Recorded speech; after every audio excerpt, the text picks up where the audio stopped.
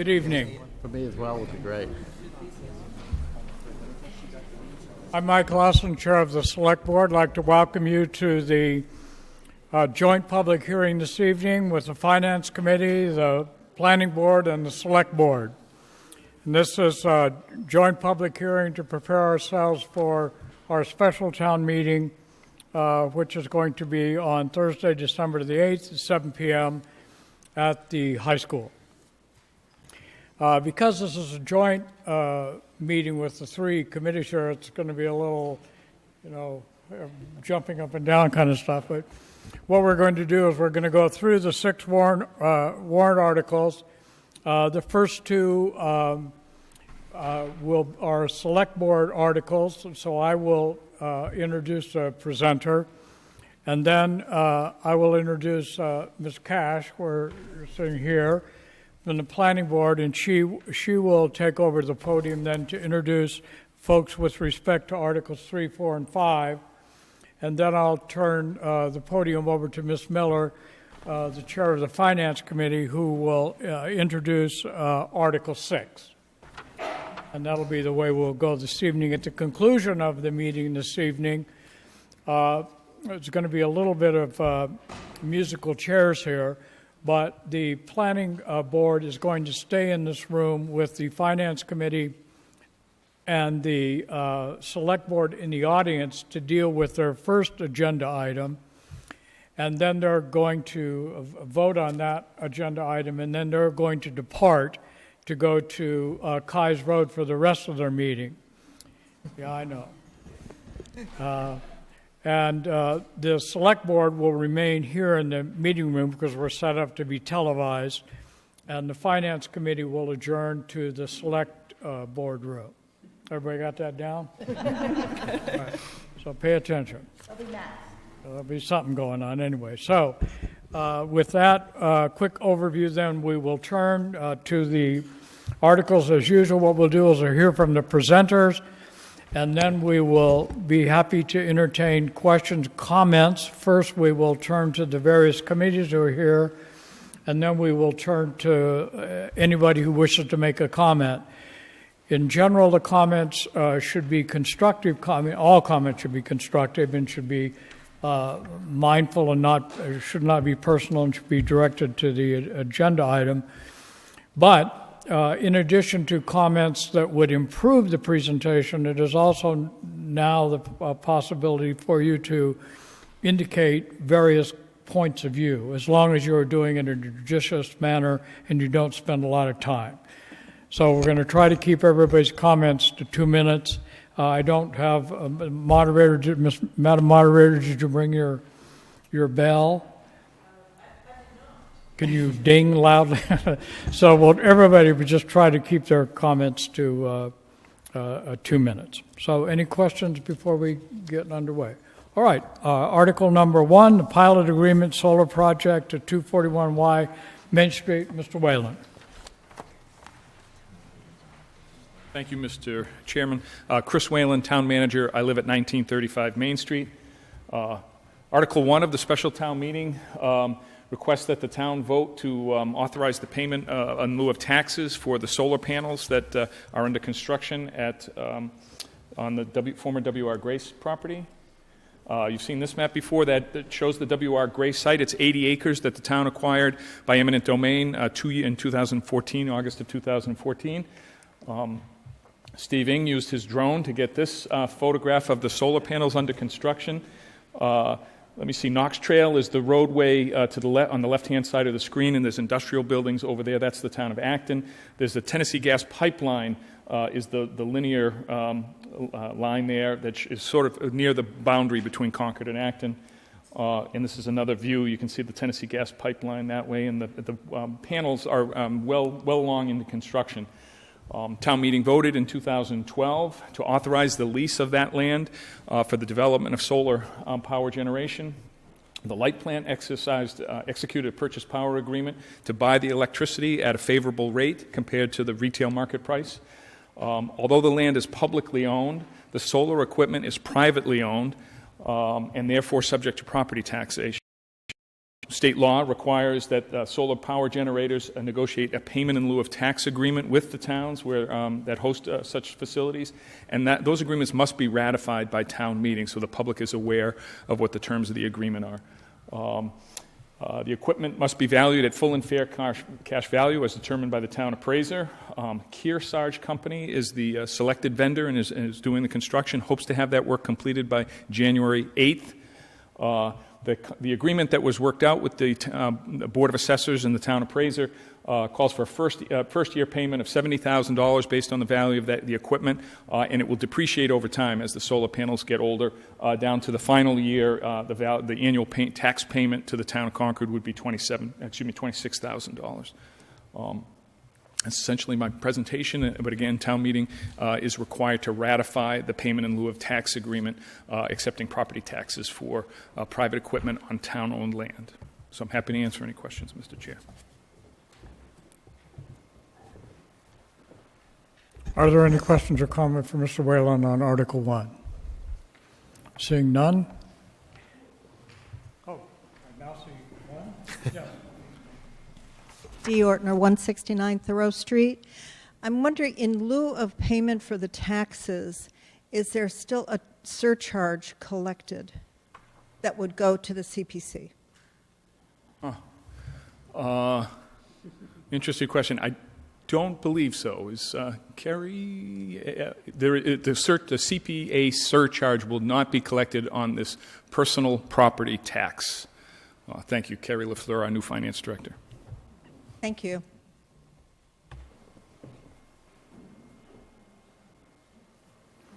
Article number 2, Bruce Freeman Rail Trail easements over town land. Mr. Whalen.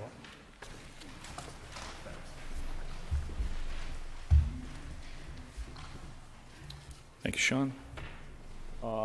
Bruce Freeman Rail Trail is advancing, as you're perhaps aware. It's under construction in Acton, and we hope it will be under construction in Concord next year. The state requires the town to grant itself easements to ensure that the public has voted on the fact that town-owned land will be used for a rail trail recreational facility. So the easement over town land is for installation. Is that guardrail, Marcia, or guide rail? Guardrail? It's guide rail. Okay. Oh. And most people call it guardrail. Oh, so it is guardrail, but they use the term guide rail. Thank you. And we'll do clearing and grubbing on the town property. There's an additional parcel of town-owned land adjacent to the rail trail where there'll be some construction activity. Again, Federal Highway requires that the town will allow the use of our property for pertinences associated with the rail trail, and the easement grants assurances to the state and federal funding agencies that their construction project will be useful. The land in question is shown there. This is Powder Mill Road. This is Stone Root Lane. Old Marlborough Road is out this way, and Sudbury Road is further here. This is the rail trail, the railroad right-of-way, and where the rail trail will be going. And this is the town property where some construction is proposed, and the right-of-way is being, the easement is being requested. So again, there's where the rail trail will, this Powder Mill. That's Powder Mill Road, and here's the town-owned land where some construction will take place adjacent to the rail trail. So essentially, and we did this in several locations, including the commuter parking lot in West Concord and a couple of other locations where town meeting earlier granted easements to itself to construct a rail trail, and this particular one was overlooked last spring. So I'm happy to answer any questions. Thank you. Are there any questions from the committee? Yes, please. Turn your mic on. Gary Kleiman, 57 Central Street. Just want to clarify, this easement is to not necessarily to construct the rail trail itself, but to construct an access ramp for the rail trail? That's correct. Marcia, do you want to provide some further information? Good evening, Marcia Rasmussen, Director of Planning and Land Management and Project Manager. It's really clearing and grubbing. They need to be able to grade down to the rail trail so they can get equipment and other aspects of the trail into this location. So it's primarily for grading, clearing, grubbing. They're going to add some loam and seed, and then the guide rail that will go along the street. At the conclusion, would there be access from Powder Mill down to the rail trail, or they're not planning to? The access easement is actually on the other side of the Star, on the other piece of land, and that will be from the sidewalk down to the rail trail. It's a circuitous route. That's what was presented at last spring's town meeting. This particular site was overlooked, and we're just covering all our bases to make sure that the state and the federal highway are happy. Other questions from the committees? Anybody in the audience that has a comment or question to make? Thank you, Mr. Whalen. So let me now introduce Ms. Cash, Chair of the Planning Board, who will deal with Articles 3, 4, and 5. Ms. Cash.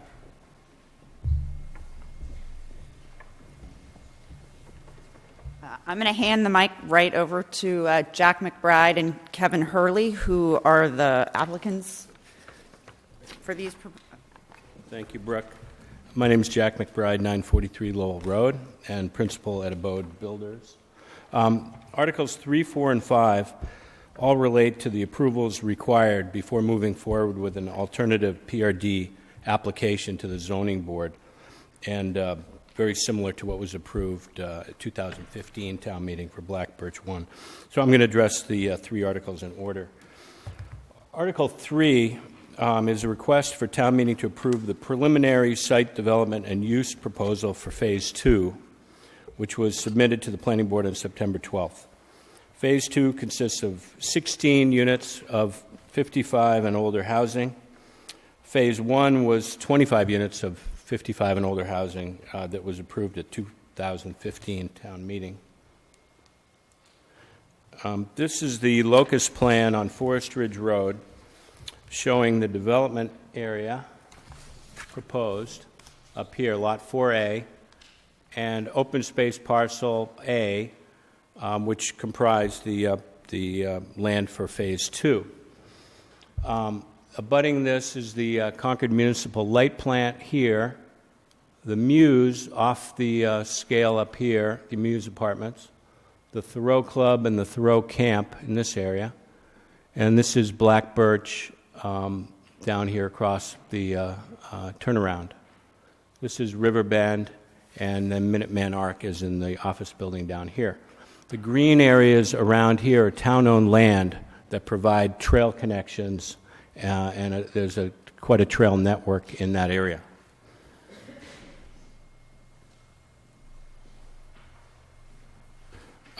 Phase 1 is well along in construction and slated for completion in fall of 2017.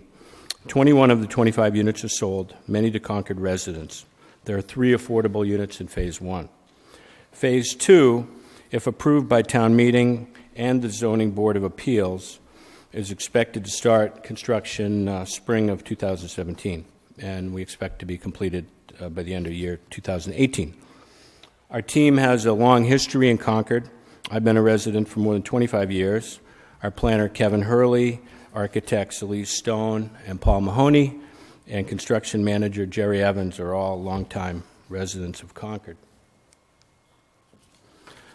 This is the site plan for Phase 2, which has many of the same features that we have in Phase 1 in terms of the layout, the units, and the common area features.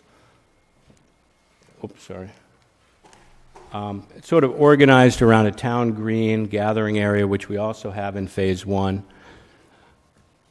There are a number of different home styles here. You can see these are attached along with detached units that are scattered around. And the units would be very similar, will be very similar to the ones that we've been building in Phase 1.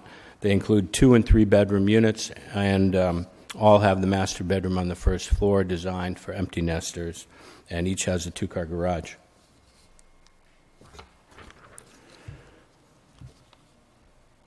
The Black Birch has proved very popular with area residents and people moving to Concord, many to be near family and grandchildren in the area, and to downsize or to move to a maintenance-free condominium. Some of the features include convenient location next to the Thoreau Club, as you could see, and abutting walking trails with easy access to shopping and services in Concord. The homes are high-quality, energy efficient, designs, and again, designed specifically for the age group and the empty nesters.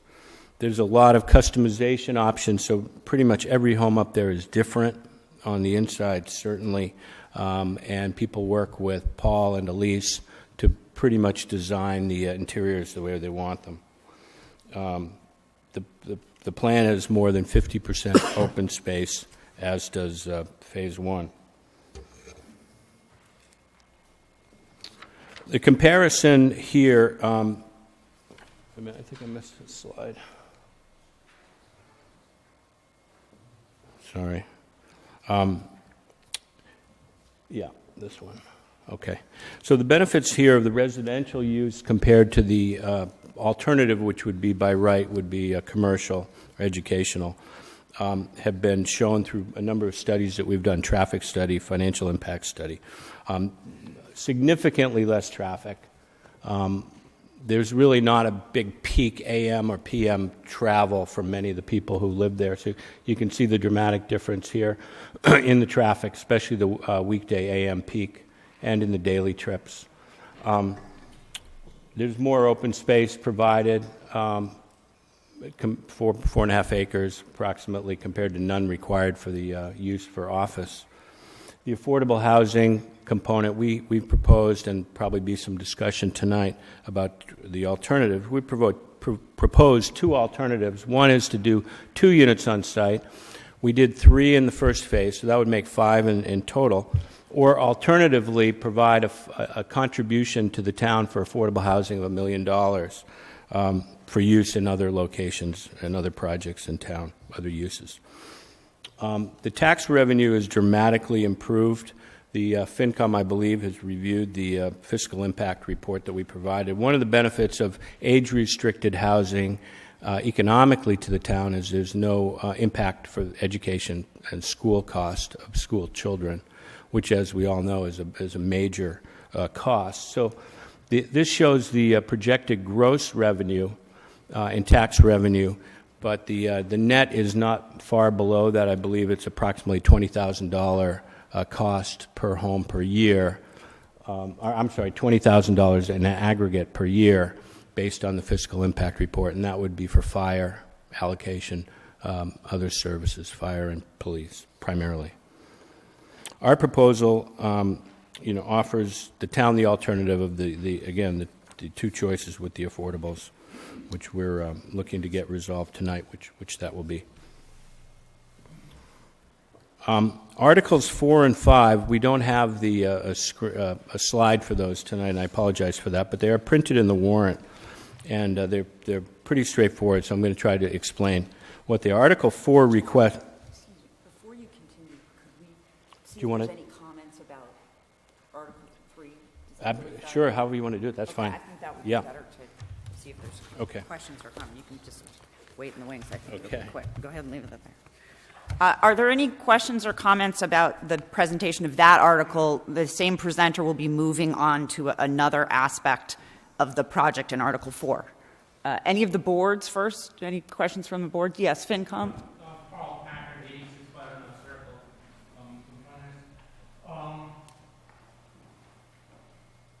We couldn't see if we're supposed to make a decision about this, I don't know whether other people can see through the speaker, but...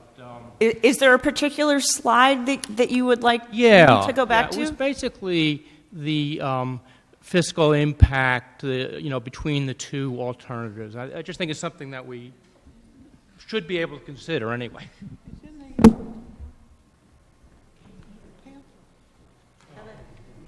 Do you have a copy of the handout? It's in the handout. You just got it. Yeah, I apologize. I neglected to mention that the information is in the handout, I believe, too. All right. Okay. Are you squared away with that information then? Yes, also Finance Committee. Wendy Ravelli, 42 Bow Street, also on the Finance Committee. Can you just speak to the assumptions behind the office use and the $74,000 in tax revenue? You mentioned it might be educational, so I just wanted clarification of that. Sure. Yeah, Kevin may have to help me on this one. the FAR multiplier times gives the amount of square footage. So that's where we came up with that based on the lot size. The comparison, the way we established what a base value would be of the office building was to do a comparable, and I believe it was done with the Minuteman Arc building's assessed value per square foot. So we took the assessed value per square foot of an office building in that location and multiplied that by the tax rate to get the projected tax revenue. I believe that in the fiscal impact analysis report that you have, there's probably a little more detail in there relative to the comparative use. Does that answer your question? Yes. Okay, thank you. Other board questions? Yes, in the audience. I'm sorry, could you wait for just a minute? The microphone's coming around to you. Oh, all right. Thought I'd shut. Stand here. I'm Audrey Mould of Haywood Mill Circle. Could you speak into the mic, please? Thank you. No, I can do it. Okay. Tough. I'm Audrey Mould of Haywood Mill Circle, and I don't understand the 2 units or 1 million to the town. How much more are we going to give to the town? I believe that is going to be addressed in one of the... Sorry, it's not. Marcia, do you want to talk to that? Or the planning board will be discussing that further after the articles are finished. But Jack, if there's any explanation. Yeah, I think it's an important point because it's kind of, people wonder, how does that equate? Right. So the 2 units of affordable is a ratio that we established based upon what was approved in Phase 1. There's no specific requirement under the alternative PRD to do any affordable. In Phase 1 we did 3, and in 25 units the ratio is approximately the same with 2 and 16 as it was 3 on 25. So that's where we came up with the 2 units. Now, when you calculate the cost or the subsidy for affordable units, as a developer, there's a few ways to do it. One, you could say, well, what's the marginal cost? What's it cost me to build that one house? All right? And then what do I sell it for? And that's, say, approximately $350,000 was the affordable number average in Phase 1. So that was the Concord affordable, not 80%. That's about a break even on the cost to put in the foundation and build the house. So the subsidy would be in all the other costs related to the project that would be attributable to that. Now, another way to look at it would be, and the way we came up with $1 million was, if we were to effectively say to the town, we'll give you the proceeds from 2 units that we would sell as market, because that might provide more leverage and more housing than the 2 on site. When we did that calculation, it comes up to a much bigger number. So we calculated that it was about a $500,000 number when you take out all the costs and the revenue after our costs, that we could then pass through to the town. So effectively, we're passing through the benefit of having 2 market rate units to the town under that scenario. So that's how we came up with those, and it's a little bit different. It's confusing probably to say, well, 500 per unit or $1 million, but that's how we came up with the number. But you do want to have 2 units? Is that the idea? What we've done is we've presented to the planning board and talked to the select board and others and said we are willing to do either one, and we'd like to make the offer to the town for the town to choose which option they would like. And the planning board will be discussing that further after the conclusion of the other articles. Yes, in the back. Diane Proctor, 57 Sudbury Road. I wonder if you could clarify one point for me. Article 4, if it were not passed, could you proceed with Article 3? No. Well, then, may I ask, and this may be the inappropriate time to ask, What's Article 4? Why do we not vote Article 4 at the warrant first And if that were to pass, then go on to Article 3. It seems to me they're in the obverse order Well, in terms of the think protocol for the meeting. Yeah, the reason I think that in consultation with the moderator was that if the real issue on the table is does the town want the project or not? That's the primary decision. So if the town thought this is not good for Concord, then that would be something to determine first, and then none of the articles would be moved beyond it. If the town does want the project, I'll get to Article 4 is really kind of a legalistic issue, a minor issue. They're all tied together, so we intended to present, and probably at town meeting we'll present them all, and they really all need to pass. Okay. There's a couple other questions, and then we'll let Jack move on to Article 4 and 5. Yes, in the red sweater here. I'm Tim Rose, 97 Bartlett Road. Tim, do I assume... Sir, could you move to the microphone, please? Sorry about that.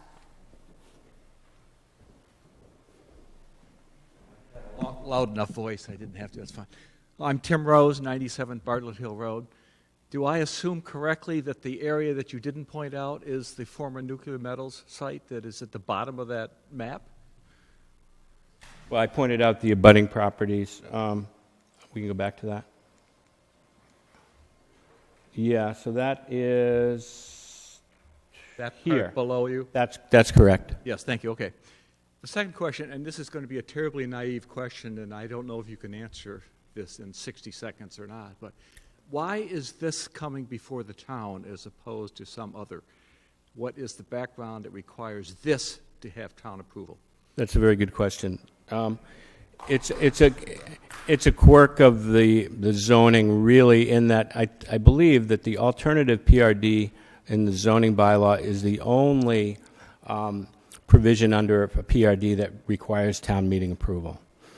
And there's some history there that I'm sure Kevin Hurley can get into. It was initially, the first one was in 2001, I believe, with Riverbend, where that was drafted. Because it's a limited industrial 2 zone, they felt that it was appropriate that the town review whether residential would be advantageous in an area zoned potentially for commercial.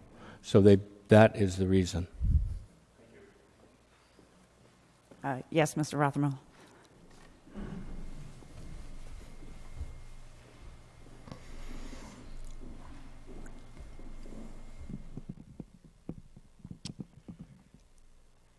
Terry Rothermel, 330 Musketaquid Road.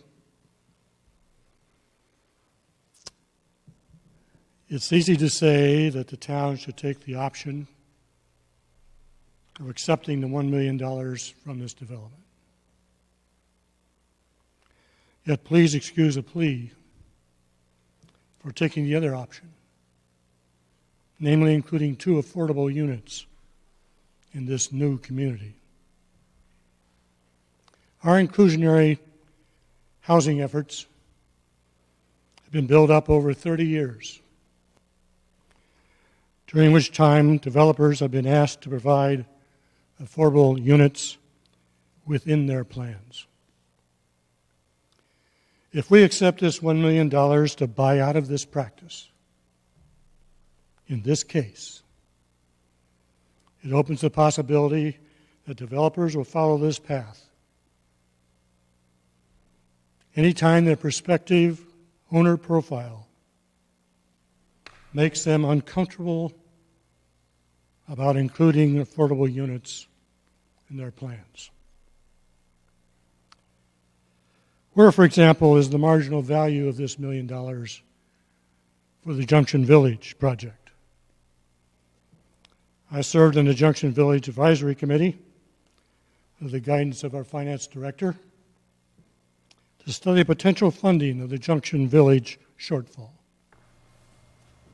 Our final report of last April was a plan that included mainly $1 million from CPA funds and a distribution of $1 million from free cash.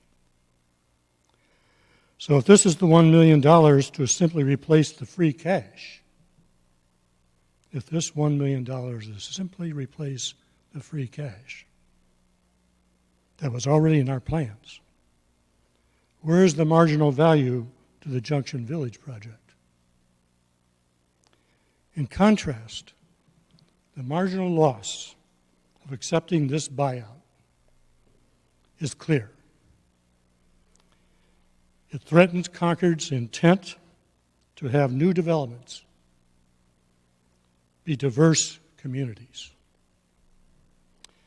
I urge the Planning Board and the Select Board to carefully consider which option is more important to the town in making their recommendation to town meeting. Thank you. Other questions or comments before we move to the other two articles that are about the same development? Yes, here on the aisle. Michael Rudd, 575 Barrett's Mill Road. Just a quick question on the calculation of that 1 million. What is the expected sale price of each of the 16 houses you would plan to build if they were all free market? So I think what is the expected? Oh, do you want me to repeat the question from here? So in order to come up with a projected tax revenue, what's the average sale price projected to be used to project it? And I believe the number is approximately 1.1 to 1.2. In phase one, the prices range from in the 800s to there's one home now that's not conveyed yet is $1.6 million, and that's excuse me. That's basically a function of what I was talking about, the architectural and customization. So we have an enormous variety of changes that people are making, design changes, material changes, finishing basements, and whatnot. But that's the projected number that's consistent with what we're seeing now for the average number in phase one. And if these units were sold as affordable units, what is the price that the state formula would give for them? The affordable units would average $350,000 in phase one, which is about, I think, targeted 130% to 140% of median income. So the state has the 80% of income, moderate income category that counts, as many of us know. And then Concord has a measure of affordability, Concord Affordable, up to 150% of median for median income. So these affordable units would be for someone who's making about 150% of the median income. Is that right? Is that the right number, Beth? Liz? Yeah. So the difference between, say, the 350 and the 1.1 million would be it's about 750,000, or 1.5 million for the correct. Two. Yeah, that's about right. So there's a $1.5 million loss in revenue if you had to build the affordable units. On the revenue side, the costs on the market rate would significantly cut into that on the gross margin side. So, yeah. Yes.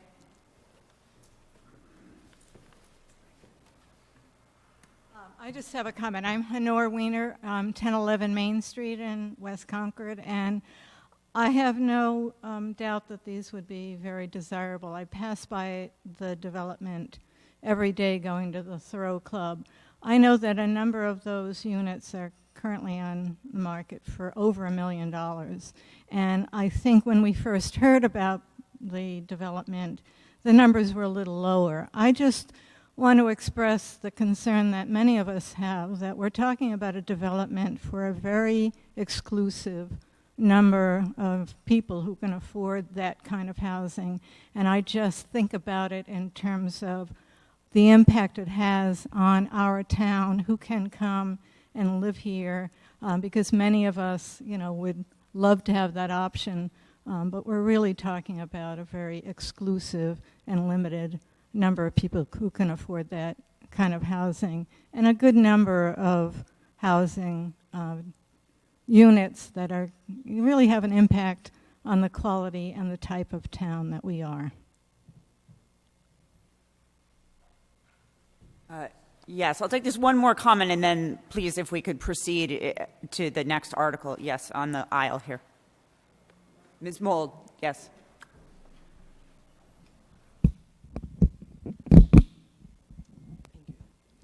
I'm Audrey Mould of Haywood Mill Circle, and I'm very concerned about the affordable housing because I own property on Main Street, and right next to my property, there was an affordable housing built, and it became a great attraction for the builder.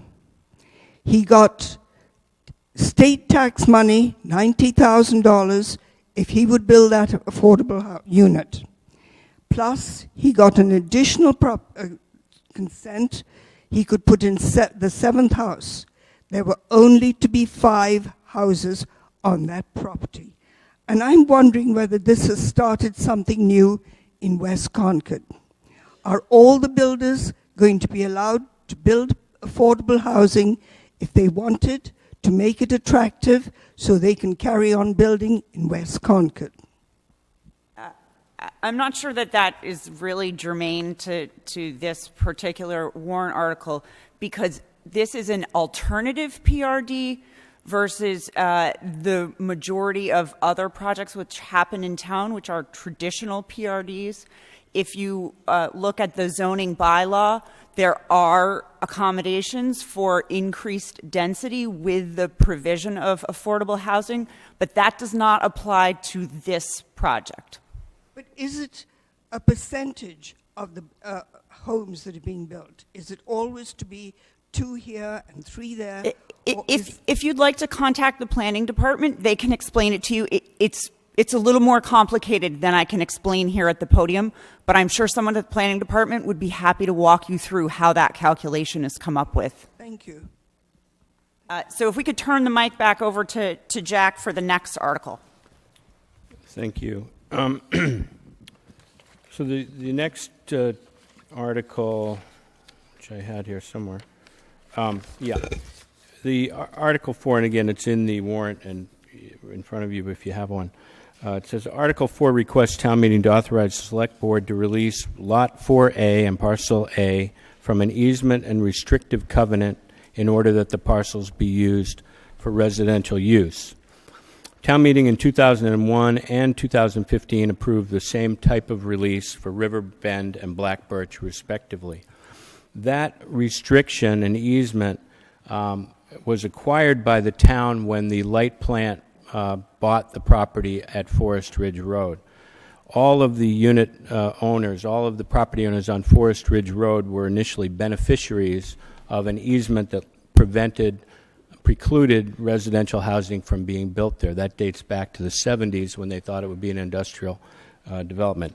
Every other property owner has released that restriction, and we're asking the town to do the same thing in order to have the project approved. Do you want me to go right to 5 and then take questions on both? Or?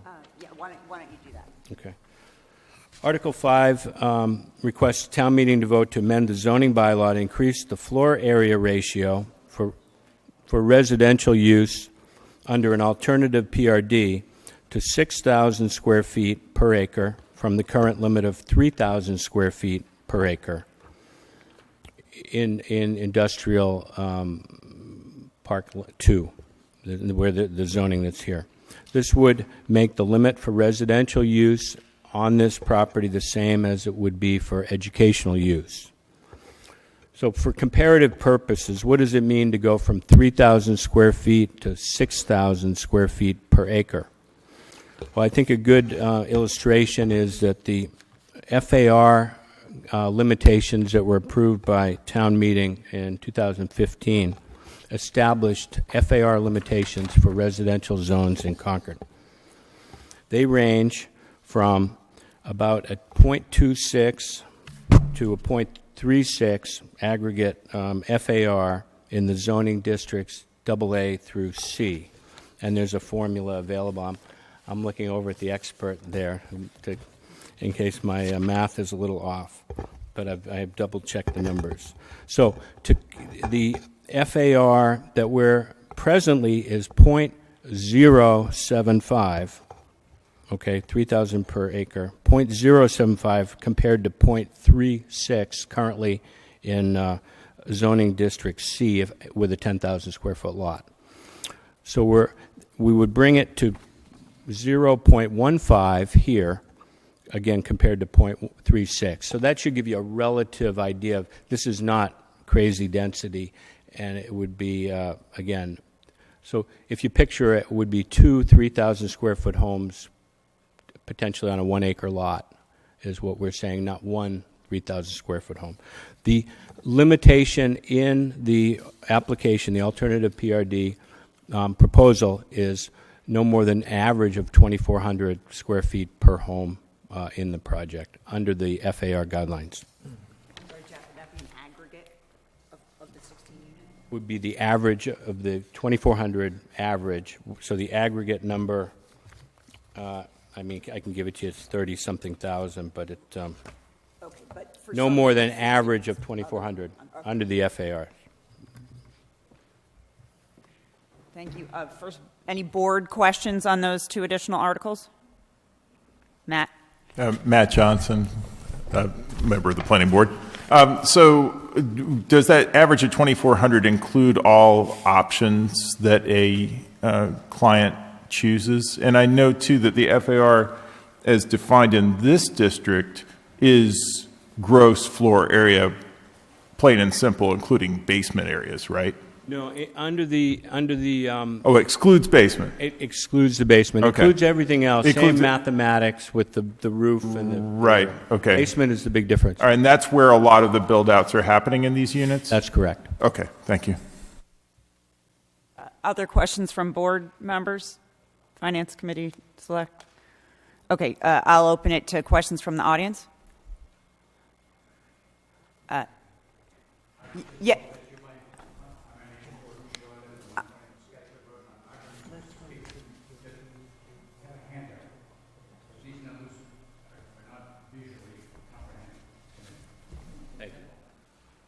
Whoever is publicizing this or taking minutes, was that adequately heard?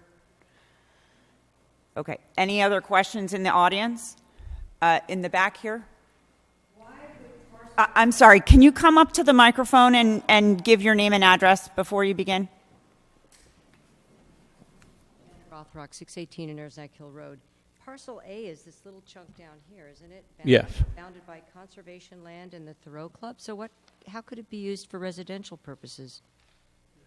Well, it becomes part of the aggregate acreage.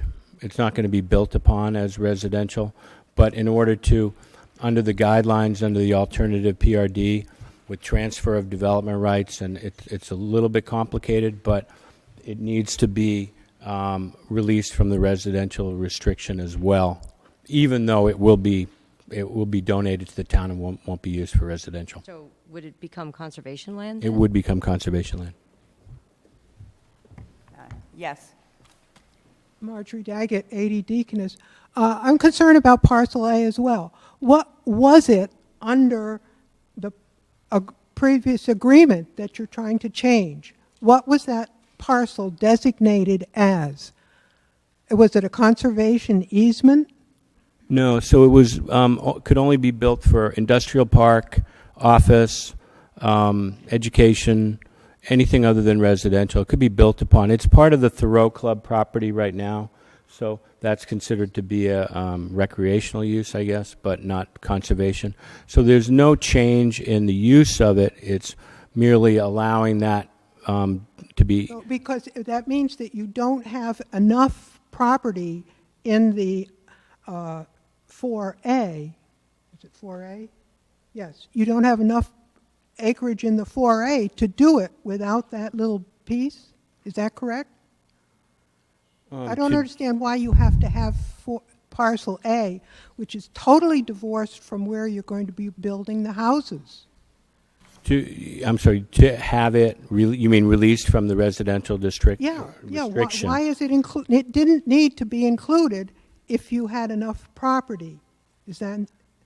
Yeah, I'm not sure what you mean by have enough property, but it's a legal question, and I will take the question now and be prepared to answer it after. It's a legal question that I'm really not prepared to give you a legal answer to. Thank you.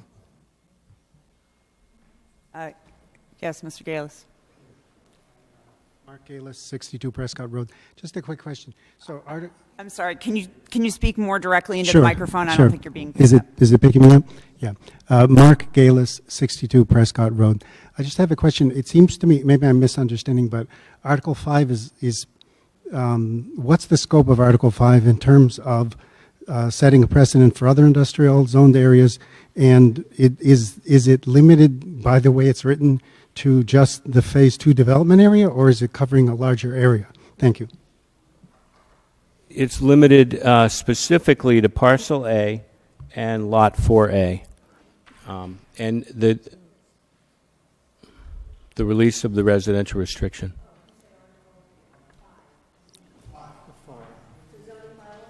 Oh, I apologize. I'm sorry. Maybe we should have done it. The way it is written is that in limited industrial zone 2, the FAR would increase from 3,000 to 6,000 square feet per acre, again, which I gave you a sense of what that means, in a project approved as an alternative PRD.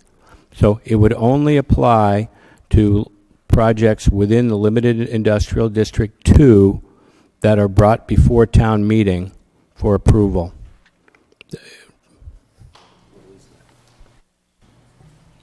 Did that answer your question, Mr. Galis? I think they want to know. It is Forest Ridge Road. No. Oh, can you point that out? Yeah, okay. So this, and Kevin, jump in here if I misspeak, because there's a limited industrial 1 and 2. But this is the Forest Ridge Road comes up here, and then the driveway to the Thoreau Club. This entirety that we're looking at in here originally was developed as the Forest Ridge Road industrial area back in the 70s. So this is the boundary of the zoning, I believe, and I'm looking for somebody to correct me if I'm wrong, for limited industrial 2 in this particular area.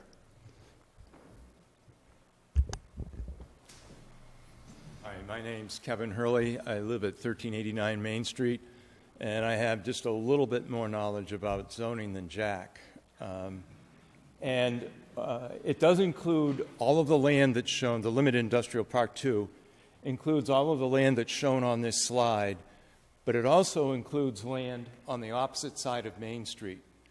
And on the opposite side of Main Street, there's the ice skating rink and a couple of other office buildings. I believe there's 3 small office buildings, medical, general office, and a second or third one that's general office.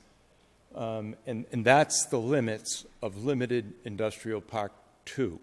Limited Industrial Park 1 is essentially the StarMet property, and it's a totally different zoning district, and the regulations that we're talking about this evening would not apply to that district at all. Thanks, Kevin. Yes. So I'd just like to suggest then that in a presentation at town meeting, a map of that entire, to clarify exactly what 5 means with the intersection with that particular alternative plan. Thanks. Thank you. Yes, from the FinCom. Can I get a microphone? I think you have one. No. Oh. Sorry, you sound... you. Thank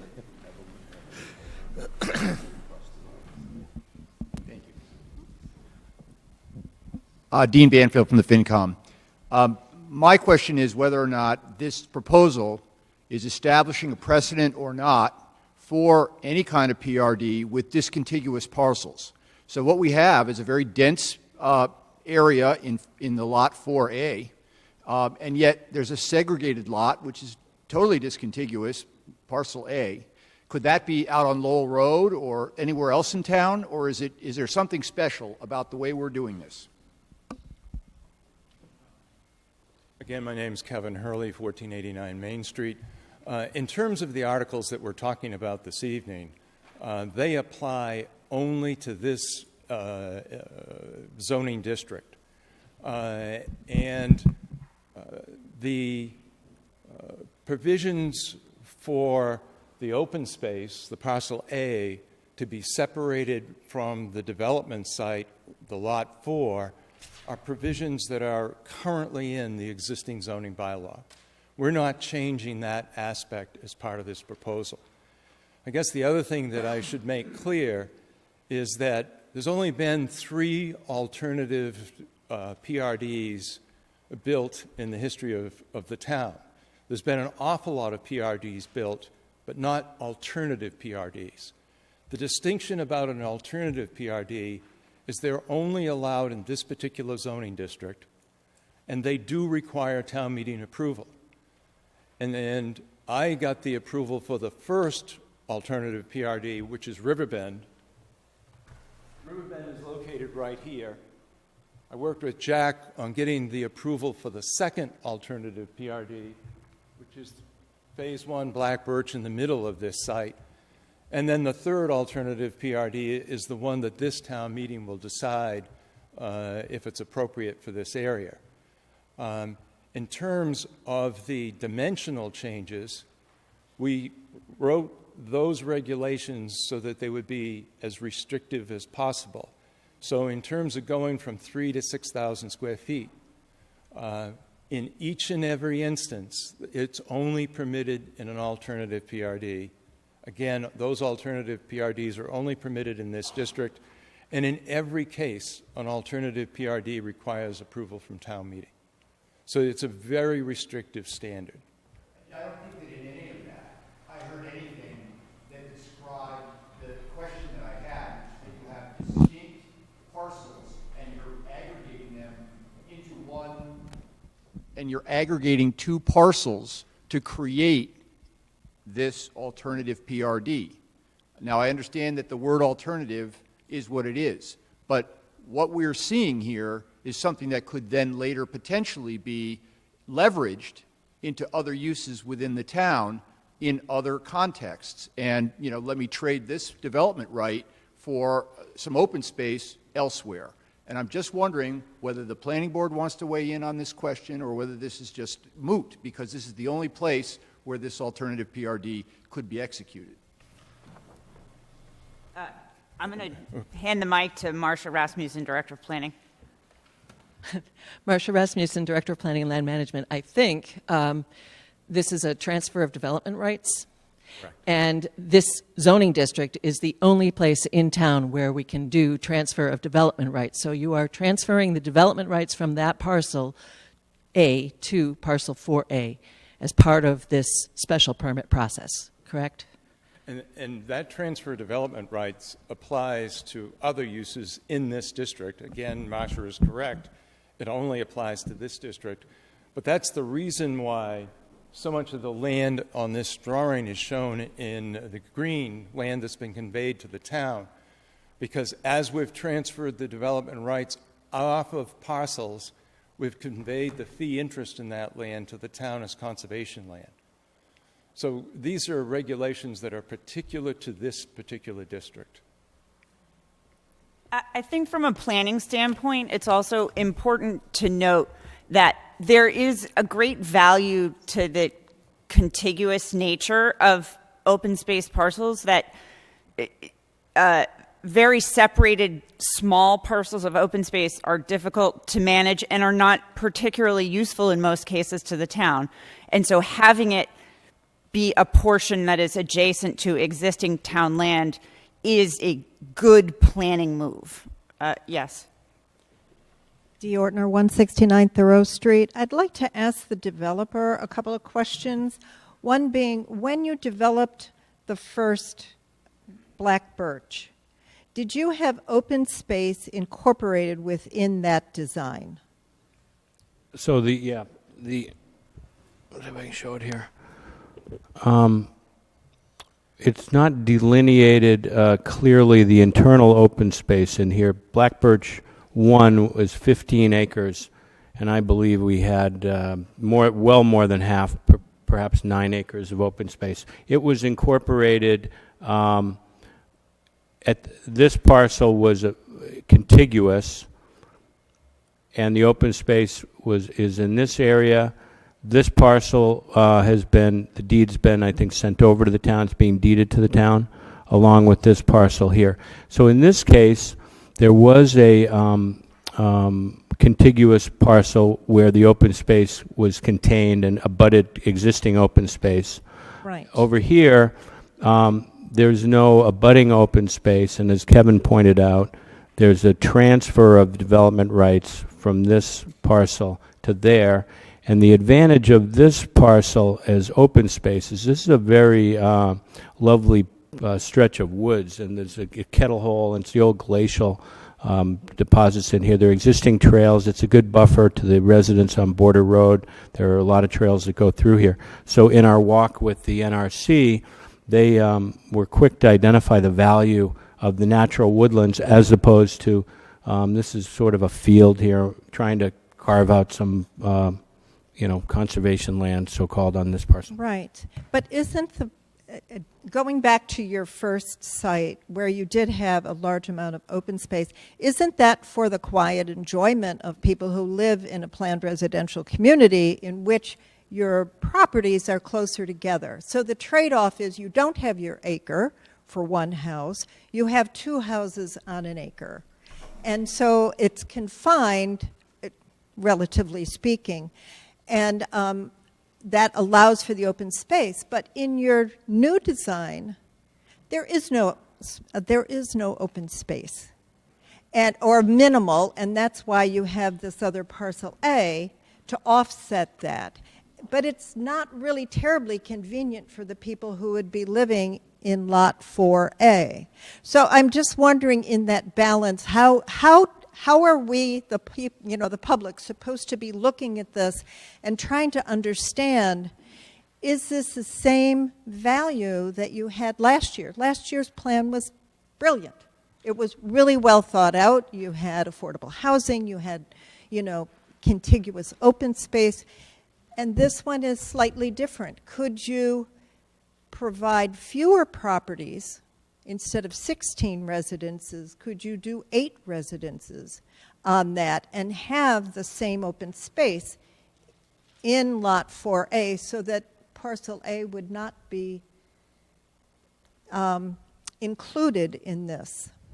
Well, just to step back, generally in the planning process, there's a lot that goes into these, and we have a lot of people that we work with between the architects and the planner and the land planner and landscape planner. We work within the constraints of the cost of the land and the need to develop a certain number of units. So we always try to find a way, a balance, sure, to do the best project we can under those constraints. So every project is different. We have a lot of people at Black Birch who probably aren't going to walk in the walking trails back there.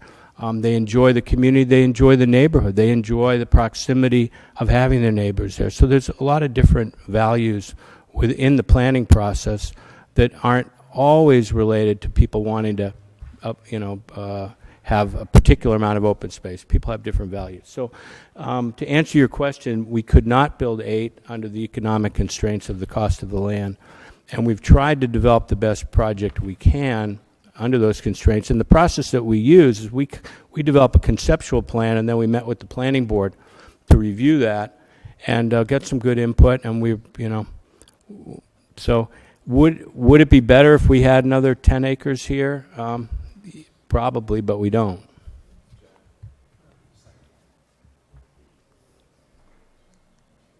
Yeah, and I also, I think what we probably should do, and maybe at town meeting we can show a relative a density. This is not particularly any more dense than, than phase 1. The distance between the homes here is the same as phase 1.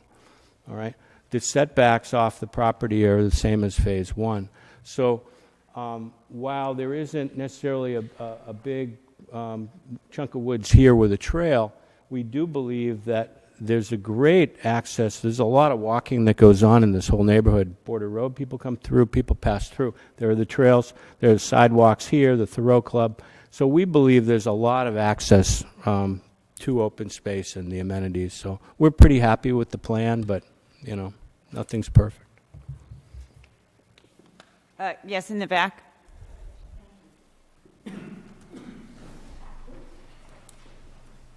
Proctor, 57 Sudbury Road. It's my understanding that Concord has limited land at this point that is zoned for light industrial use. Approving, and I can understand your urgency, but approving this black birch expansion further reduces that area, the areas that are zoned for light industry. I wonder if, with the long-range planning committee working ardently to try to determine the balance of usage in Concord at present, whether it would not be more prudent to wait at least to hear their considerations about the need for light industrial spaces before incorporating land that is clearly and was clearly at one point zoned for this, for something quite different.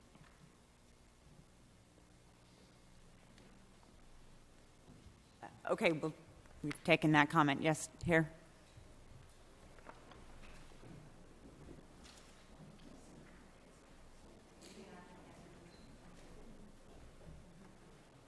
The microphone there.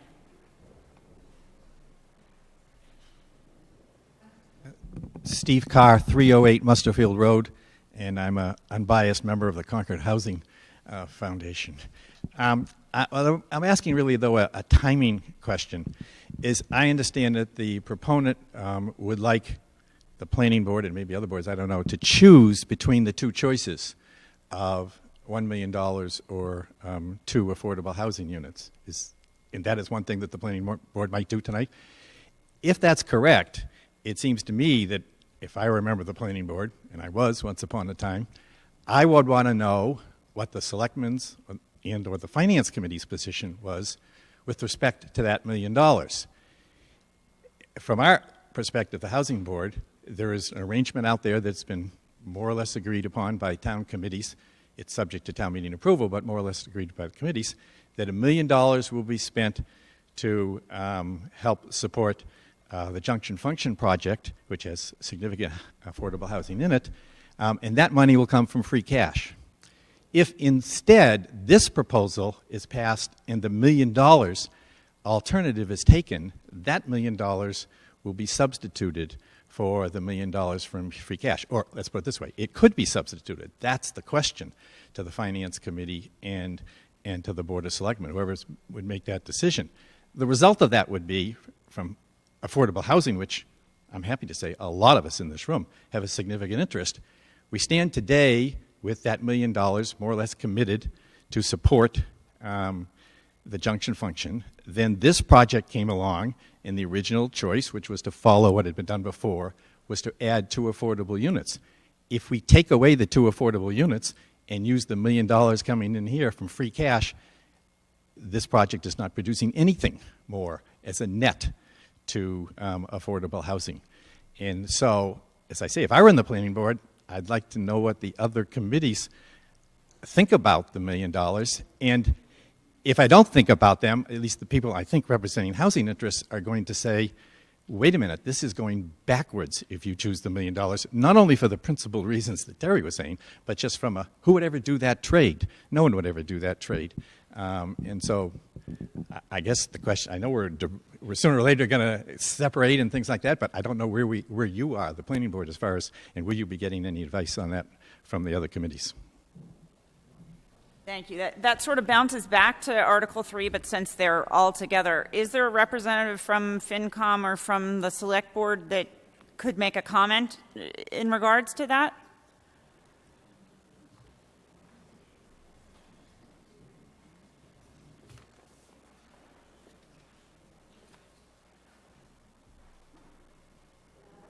Good evening. I'm Linda Miller, 300 Main Street, and Chair of the Finance Committee. At this point, we will be discussing this issue later tonight. So we have not made, we have spoken with the Junction Village group. We have asked them a number of questions in conjunction with the Select Board. I believe they'll be before the Select Board again quite shortly. So we have been studying the issue, but we have made no determination either on Junction Village or on what the form of this black birch use in terms of affordable housing should be. But that will be a discussion point this evening, and we will see if we are ready at this point to take a vote or not.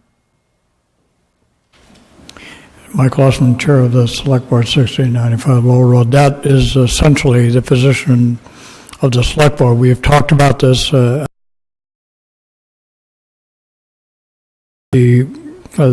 housing folks are going to be coming along with the Grantham Group to the Select Board meeting on December 12th for us to hear an update on that after they've responded to the questions raised by the Finance Committee.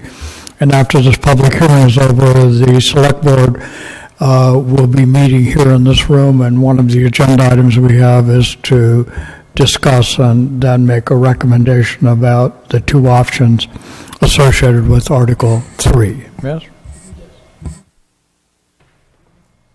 Thank you. Other questions?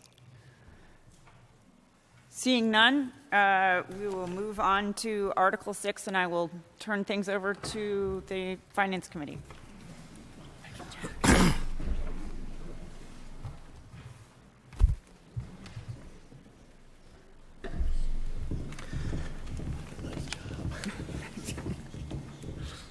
Guess I get to do the heavy lifting on this one and introduce Chris Whalen to discuss Article 6, the land acquisition, Balls Hill Road. Oh. Can you hear me now? Barely. Point it direct. Hello, I'm Linda Miller, Chair of the Finance Committee, and I will be introducing Chris Whalen, who will discuss Article 6, land acquisition at Balls Hill Road. Chris? Thank you, Linda. Balls Hill Road, the Article 6, concerns the land at Balls Hill Road. Sorry, that text is, the motion slide that you see at town meeting will be a lot more crisp than that. The land at Balls Hill Road is off Monument Street, as you can see here, and there's a map in the warrant itself, which provides a little bit more detail, so you might want to take a look at that as well. But essentially, the land in this, the land in this area here is the property that we're proposing to acquire. The Board of Selectmen has partnered with the Concord Land Conservation Trust, as they have many times in the past. This opportunity to purchase this property came along last winter. And the Land Trust, we're happy, I think, to work with the town to try to acquire this very valuable piece of property. There was existing trails here. This land was acquired by the town for water supply purposes. It's about 17 acres. I think it was in 2001 or 2003. Proposal is to develop a parking area near that existing water department land here, and to make use of the trails, and also reserve this land for conservation. And this land along the river would be for the Land Trust, as is indicated in the map that you have. Let me see, that the 2016 annual town meeting last spring, under Article 23, the town voted to authorize the Select Board to acquire a portion of the 80-acre property at 221 and 265 Balls Hill Road. The original asking price a year ago was $7 million for that land. We had the land appraised, and the independent appraiser found the value to be very close to that amount. The Land Trust was successful in negotiating a favorable price, a price reduction, if the closing could take place by December 15th of this year, so in the next couple of weeks. The town appropriated at the last spring's town meeting $2 million toward that $6 million purchase price, $800,000 from the general fund, $800,000 from the water fund, and $400,000 from Community Preservation Act funds. The Natural Resources Commission and staff and the Land Trust prepared a grant application in the amount of $400,000 that would help the Land Trust raise that big amount of $4 million that they had to collect through donations. And we agreed to submit an application in the name of the town for state funding. And we're thrilled to hear that the state awarded that grant application. They want to support such a major 80-acre acquisition with frontage along the river that will be enjoyed for open space and water supply purposes. The grant is a reimbursement grant, so we have to pay for the land upfront the money, and then apply to the state for reimbursement. We are told we'll be reimbursed by the Commonwealth before June 30th, before the fiscal year closes. Article 6 would authorize the Treasurer to borrow $400,000 in anticipation of receipt of the state revenue. In fact, she's indicated she's probably likely to use available funds in the Treasury. We probably won't issue notes. The motion will probably just request that the Treasurer be authorized to use available funds to front that $400,000 until the grant revenue is received, which we expect generally in the month of June. And I'm happy to answer any questions, Madam Chair. Any questions from the Planning Board, the Select Board, or the Finance Committee? Seeing none, any questions from anyone in the audience? Please move to the microphone.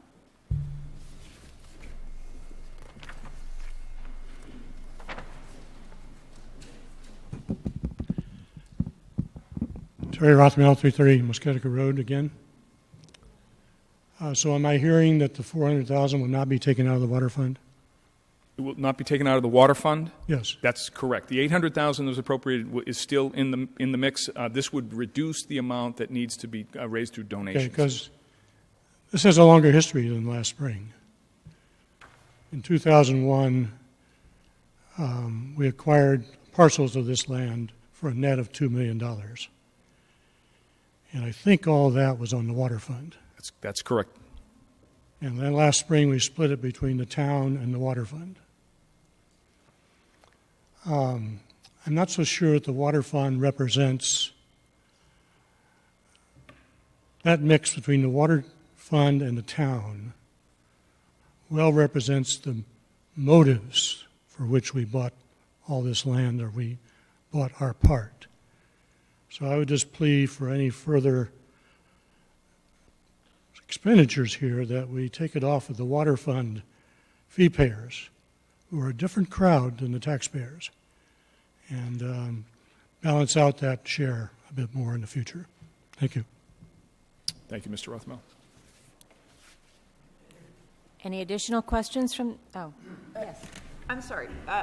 Mr. Whalen, can you clarify that this $400,000 would come out of what the town had already committed from last spring's town meeting, or it is a contribution towards the value that the land trust is trying to raise? It's the latter. This would, again, it's a $2 million of the $6 million purchase price has been appropriated by town meeting, and we intend to use it as town meeting appropriated. But that left $4 million, a very significant amount of money that the land trust was required to raise. They've come close, as I understand it. They're a little bit short of the mark, and this grant is very good news for them. They're very pleased. I think it gets them close to getting them over the $4 million. That's a big undertaking when, as you perhaps know, that there are many institutions in Concord that are raising money through donations for a variety of major projects. Any further questions? If not, thank you very much.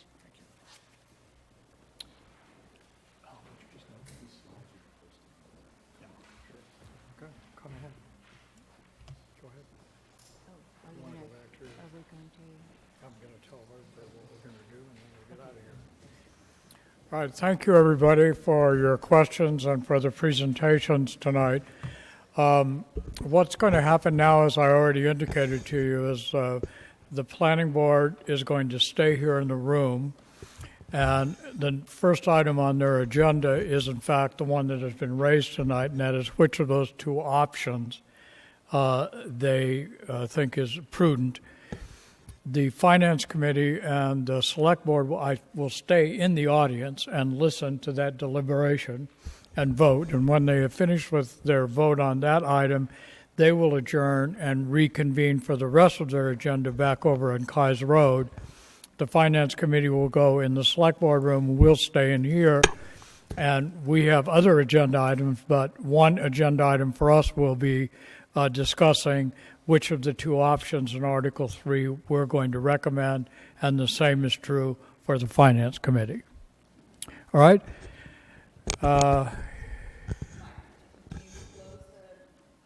Yes, the public hearing is going to be closed in just a second, I hope. Yes, ma'am.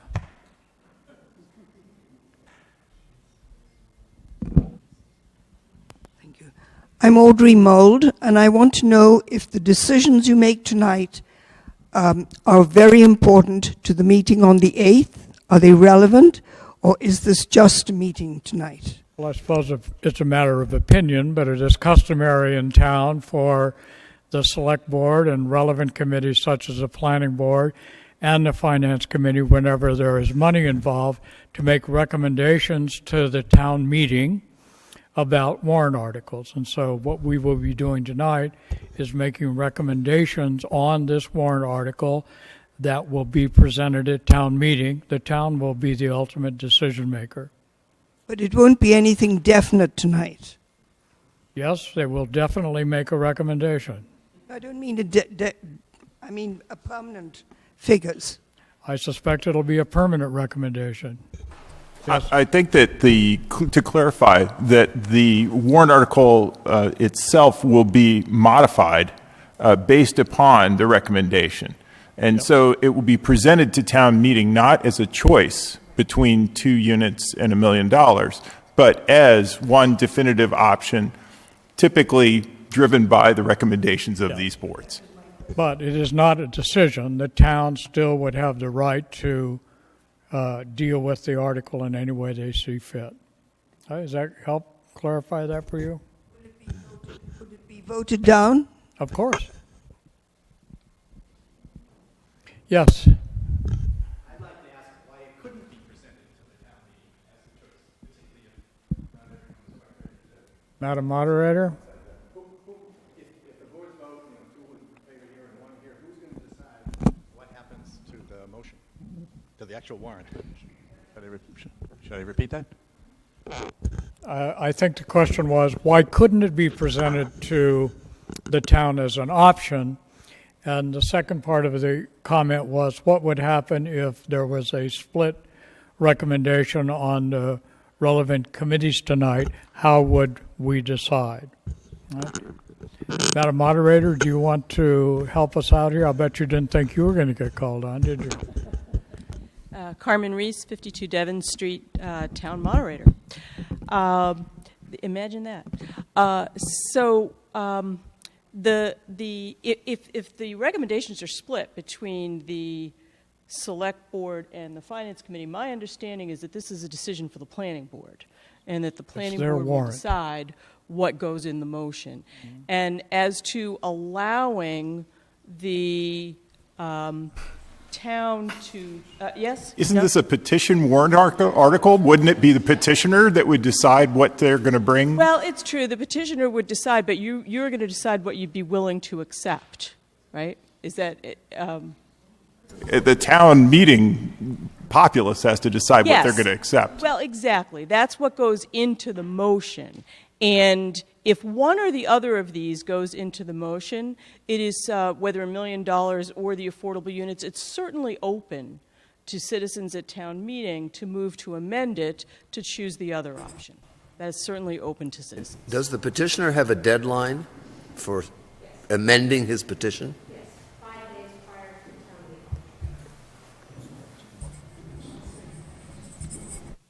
meeting. I'm taking no more questions. I learned that from previous moderators. Are there any other questions or comments that need to be made? First of all, thanks to everybody. Before we adjourn, though, just let me remind you that we do have business to conduct. So, and of course, it's an open meeting. You're welcome to stay. But if you're not planning to stay, if you could not sort of linger and converse here in the hearing room, but go out into the hall and converse. And we'll see you all at town meeting. Thanks very much for coming. We're adjourned.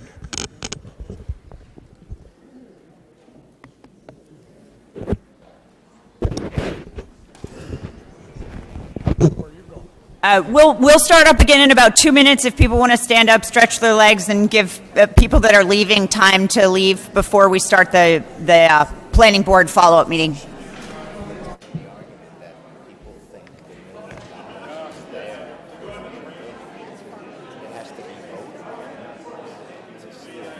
Well, we had sort of said we wanted to recommend it. But to me, the project is at 0 right now because it's not a short thing, right? So if you could take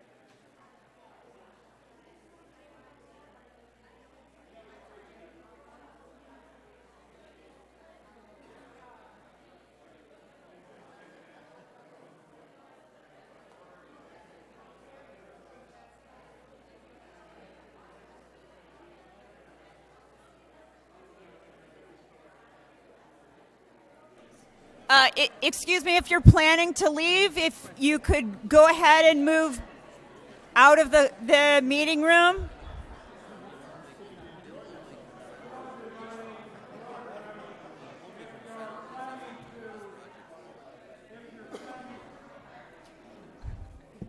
Excuse me, we're going to continue the planning board meeting.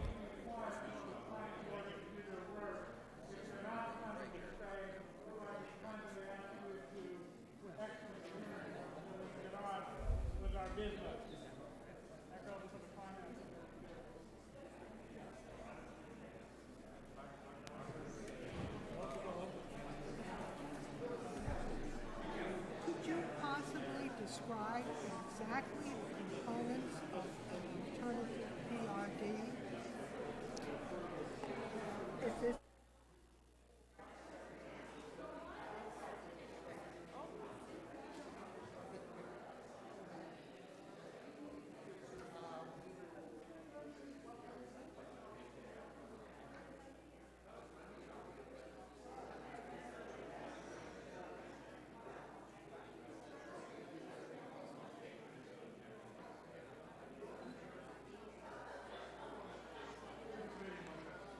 Terry, this is an email I sent you that you didn't have a chance to read probably, but I ended up doing some of the... If you could take your seats, please, if you plan to stay.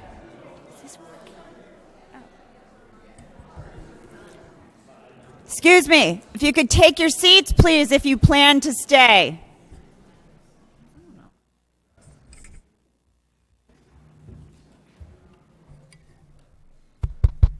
Is this one working? That's working.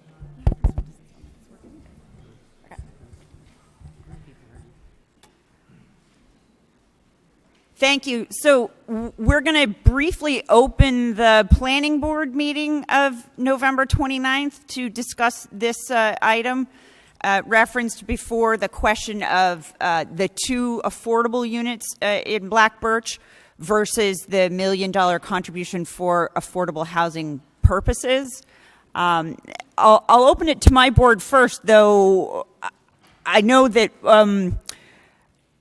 generally we were hoping to hear a little more from FinCom and the select board about the current state of the finances for Junction Village, because it's been a little fuzzy to us along the way. So even if there could be a recap of what the shortfall is and to date what has been discussed or decided in making up those funds, I think that would help us very much in our discussion.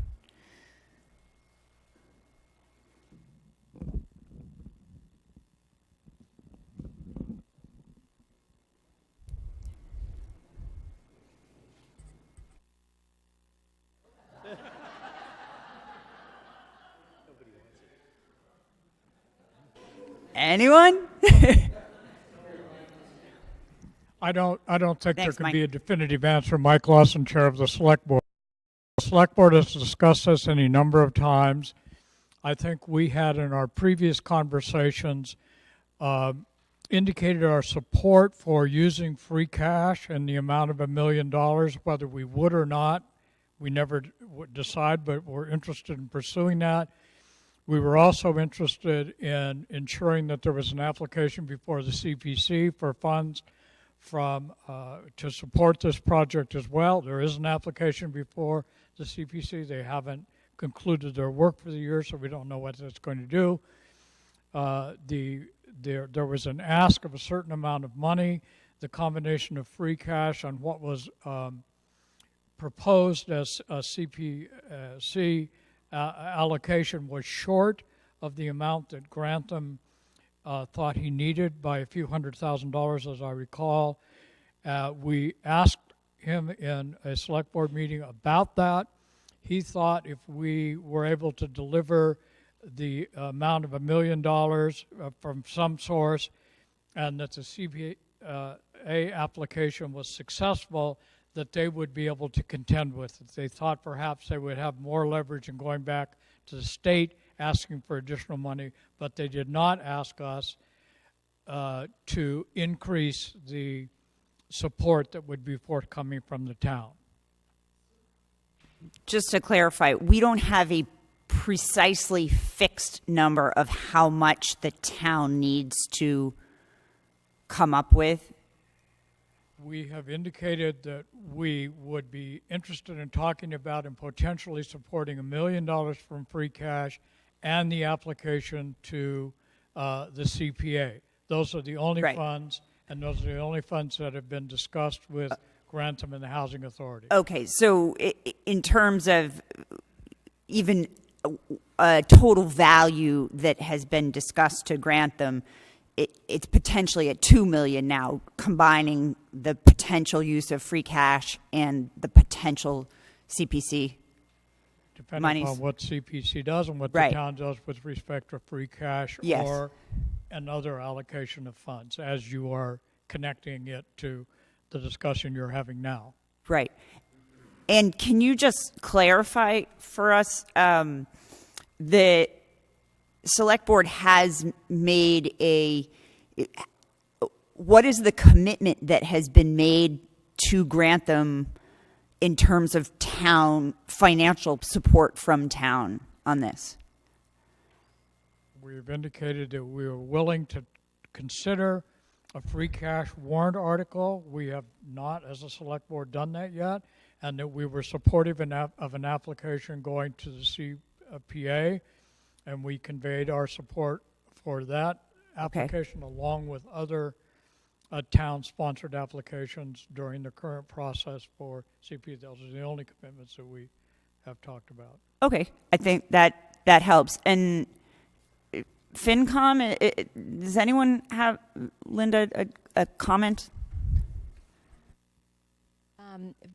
The Finance Committee has spent quite a bit of time. We established a study group to review the Grantham proposal. We have taken no opinion on that, and we continue to have questions with regard to that proposal. And I would, and that is in a neutral way. We have questions, and Grantham has been forthcoming with answers, but we have not made any determination. Our free cash position is very good at the town right now, so this discussion is a realistic one in terms of the town's financial position. However, there are many other demands and opportunities to use that free cash position, and the Finance Committee, and I'm sure the Select Board as well, will weigh what may be the optimal use of our free cash. But at this point, we are at a point where we not only satisfy our requirements for free cash, but we do have additional free cash which the town could deploy in this program or a number of programs. Thank you. Is that helpful? Yes. Okay, thank you. Okay, I'm going to turn it to my board then. If there's questions, comments, are you looking for any additional clarification from Select Board or Finance Committee that's here? I would say no. I just would like. Sure. When we did phase one of this, was this a consideration? What was the history there? It was 3 affordable units, but there was no financial contribution put on the table. Okay.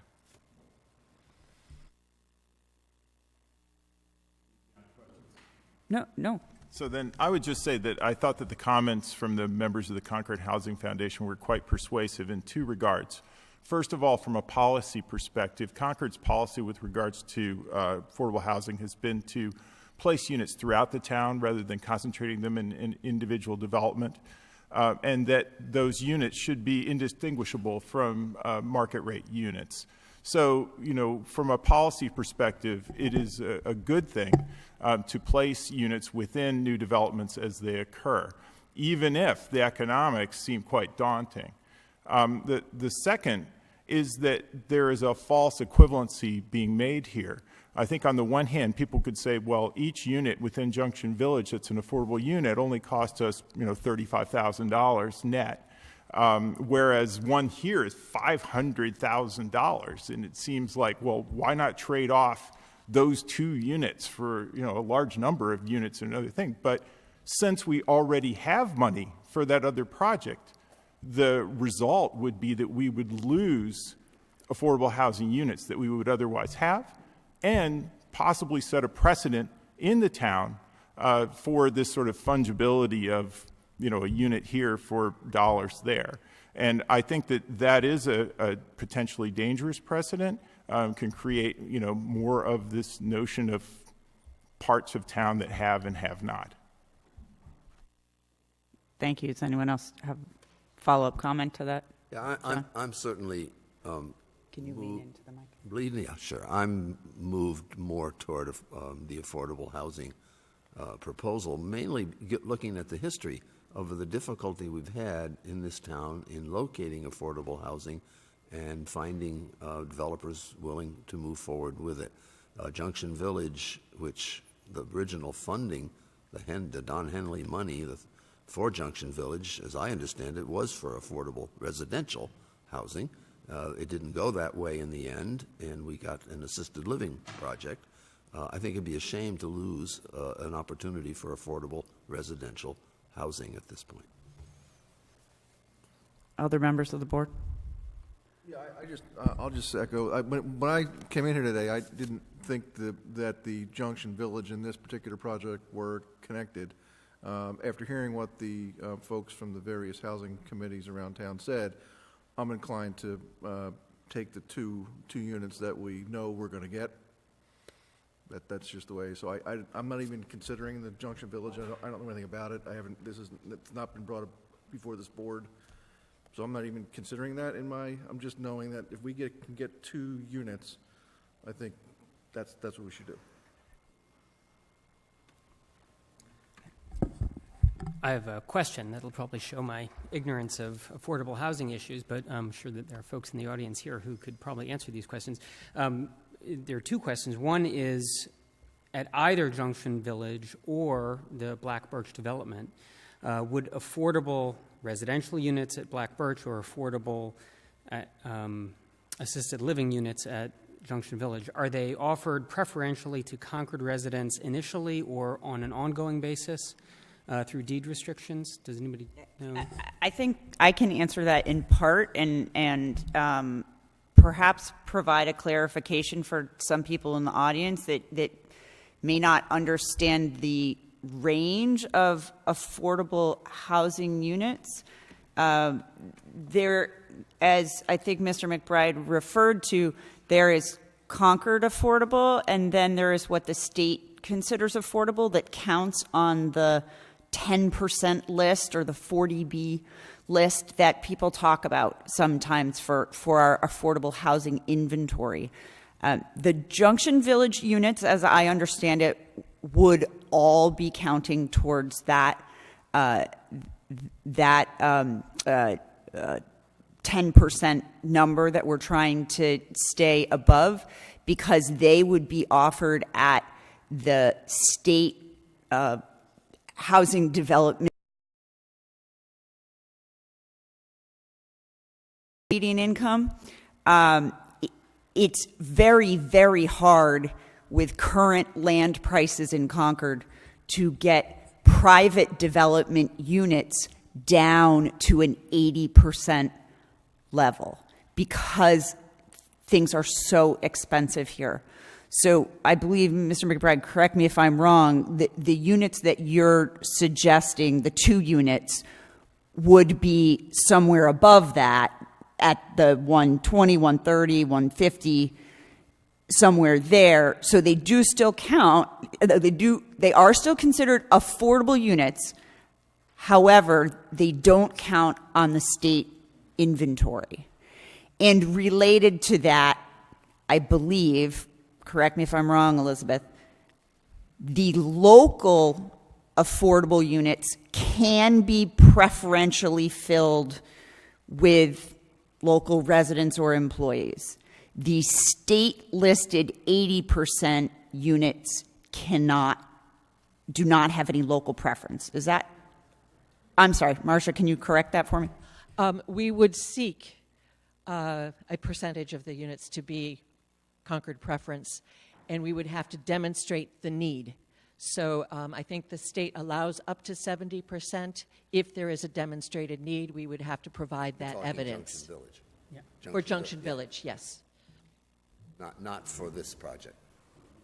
Correct, not for this project. And again, there is no commitment that this $1 million, should that be the route taken, that would go towards Junction Village. It would go towards affordable housing purposes. It just happens that at this point in time, Junction Village is on the table. It's, we have this issue in town of trying to come up with a shortfall. And John Kratzley, maybe you can talk further to this, but hearing about CPC deliberations, the number of applicants and seeing what's happened in previous years and seeing some controversy around this project, I personally don't think it's highly likely that CPC would get town meeting funding for $1 million. So that may cause a shortfall there, potentially. Well, CPC begins deliberations, is Dee here? Yeah, Wednesday night, tomorrow night, followed by further deliberations the following Wednesday night. And we indeed do have applications that exceed our available funding, although we have supported affordable housing historically. And I answer the original question. I think what Elizabeth is indicating is that one of the two affordable units would be preferentially offered to a Concord resident. Thank you. But neither would count towards the SHI. Right. Any other questions from my board, FinCom? Anyone want to weigh in for our benefit? Other questions from my board before I open it up to audience questions? Other question and comment. You put the mic closer. Yeah. One of the many issues of PRDs is homogeneity, and both formally, socially, economically. And I think putting the affordable housing, I'm very much in favor of that, basically. It would just create more diversity in a very nice way.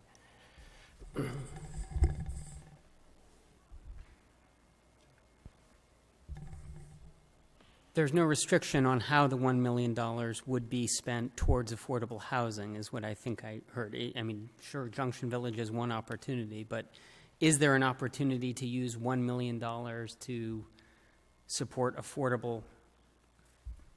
What I'm struggling with is, would there be an opportunity to support more units of affordable residential housing that might be offered to Concord residents, where if we were to show there was a demonstrated need, could we do a 2-unit or 3-unit residential development with $1 million somewhere that would support 2 or 3 families from Concord being able to stay?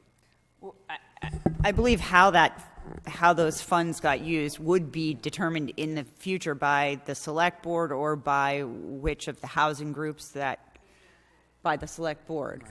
So how that money would get used would be, is not part of this discussion of this warrant article at this time. Yeah, and the history of building affordable housing here has been so complicated and so often met with neighborhood opposition, which would not occur in this situation.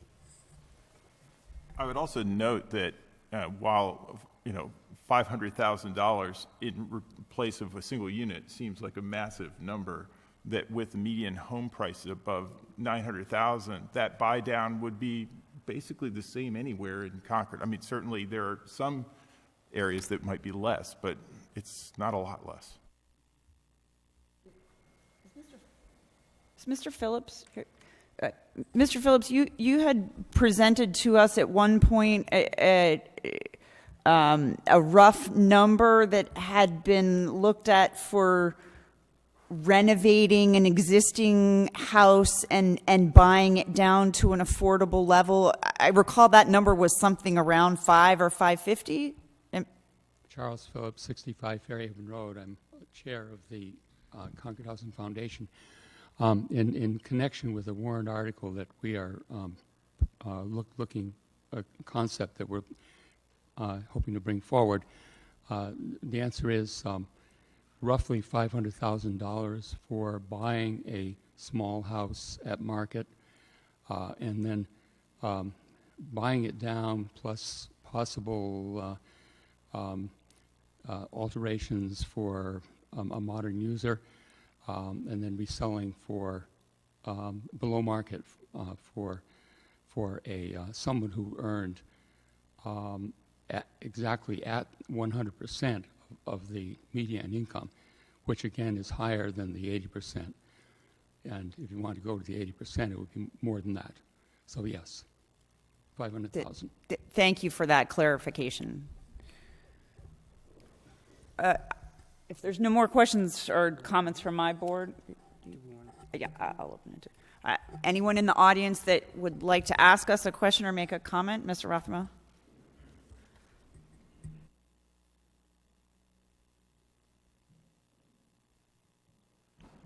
Terry Rothmel, 330 Muskegon Road. At this time last year, there was a group of us on an ad hoc committee, the Junction Village Funding Advisory Committee, who were working with the finance director to essentially come up with a plan to meet the shortfall at Junction Village. There were several proposals in our report. The $1 million for free cash, the $1 million in CPA. This was a report to the Board of Selectmen. Concord Housing Foundation would seek to raise $200,000 and request the Regional Home Consortium, of which Concord is a member, grant another $200,000. In conjunction, we thought the town of Concord should work towards applying for transit-oriented development bonds. In conjunction with the developer, the town considered applying for mass work funds to pay for the project and open space infrastructure. So these other items were to be done. The amount of money was not just $2 million. We were still a little bit short, as has been said, maybe $300,000.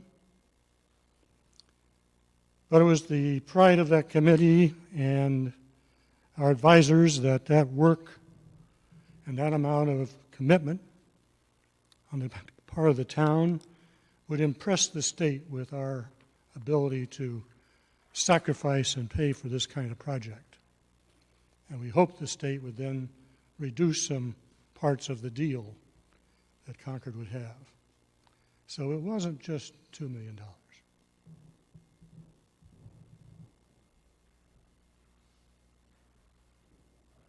Anyone else in the audience? Okay. Seeing Brooke, no further questions. Can I just ask, if I may, ask Mr. Phillips what he would do here?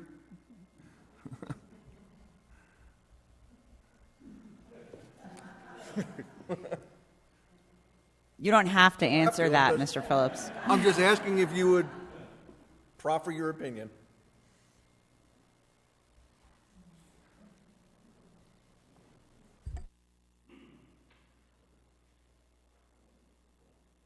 Charles Phillips, 65 Fairhaven Road. I have to speak for myself.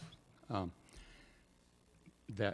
it is a dilemma because on the one hand, I mean, the way I'm thinking about it, on the one hand, $1 million, if it were in fact to add it to all of the other funds that have been promised from the town, would be terrific, because it would then secure the ability of the Junction Village project to go forward. On the other hand, so far I have not heard a firm commitment from the Select Board or the Finance Committee that these other funds or the Community Preservation Act, that those funds applied for and considered are going to come forward. So right now, I'm not so positive about having the $1 million as I was before. Let's just put it that way. Thank you. Yes.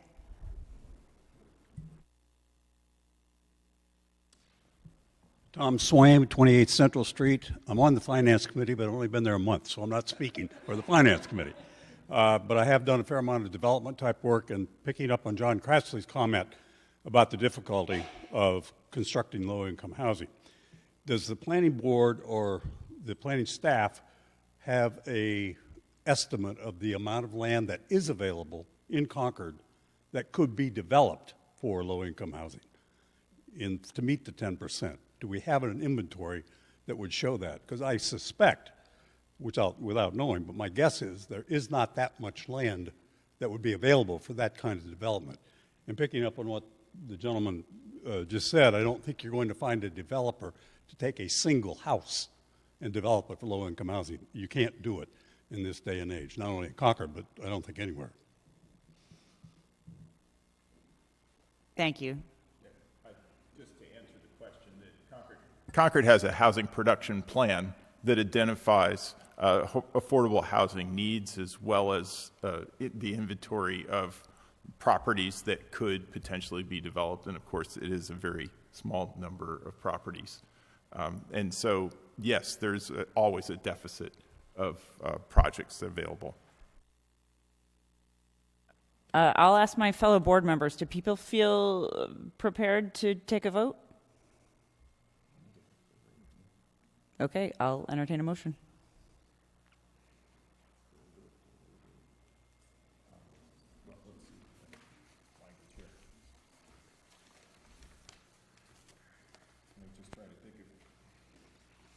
I don't think you have it.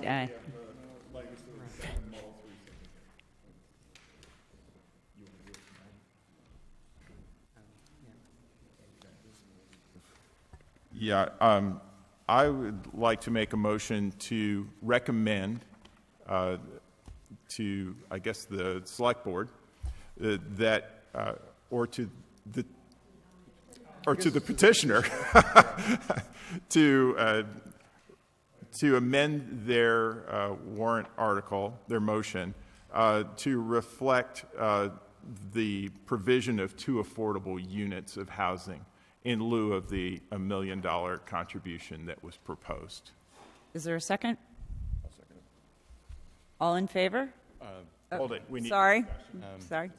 My name's Kevin Hurley, 1489 Main Street. I just wanted to make sure that we did this in accordance with the alternative PRD provisions in the zoning bylaw. So what we need to do this evening, if this is the alternative that the board wants to endorse, is you have to actually approve, because we can't go forward with it unless the planning board approves it, an amendment to the development statement. We provided the paperwork to you, so you have it there in front of you, I believe, in writing. So it's what you want to do is you want to vote to amend the development statement to require 2 affordable units that are deed restricted in perpetuity, right? Correct. All is spelt out on that paperwork that you have before you, and that paperwork is also, I believe, dated November the 21st. And then if you do that, vote that, we would ask the chair of the planning board to sign that. We would ask Jack McBride as the applicant to sign that. And then under the zoning bylaw, we're required to file that with the town clerk and your board no less than 5 days prior to the vote at town meeting. So we'd like to get it voted as the amendment is laid out there and authorize the chairman to sign that. Jack will sign it, and then we'll do the appropriate filings tomorrow, both with your board and the town clerk. Okay. Does that sound... Mr. Lawson, is that consistent with what the select board was anticipating? Or can work with?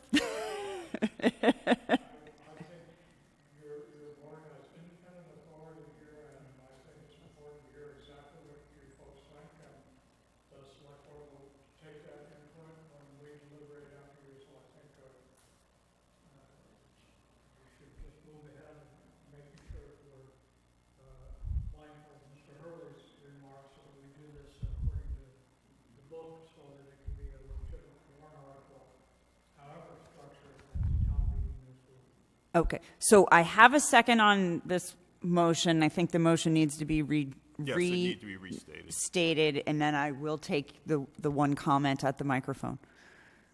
If you could restate the motion. Okay. So I move that the planning board authorize the chair to amend the... endorse the amendment.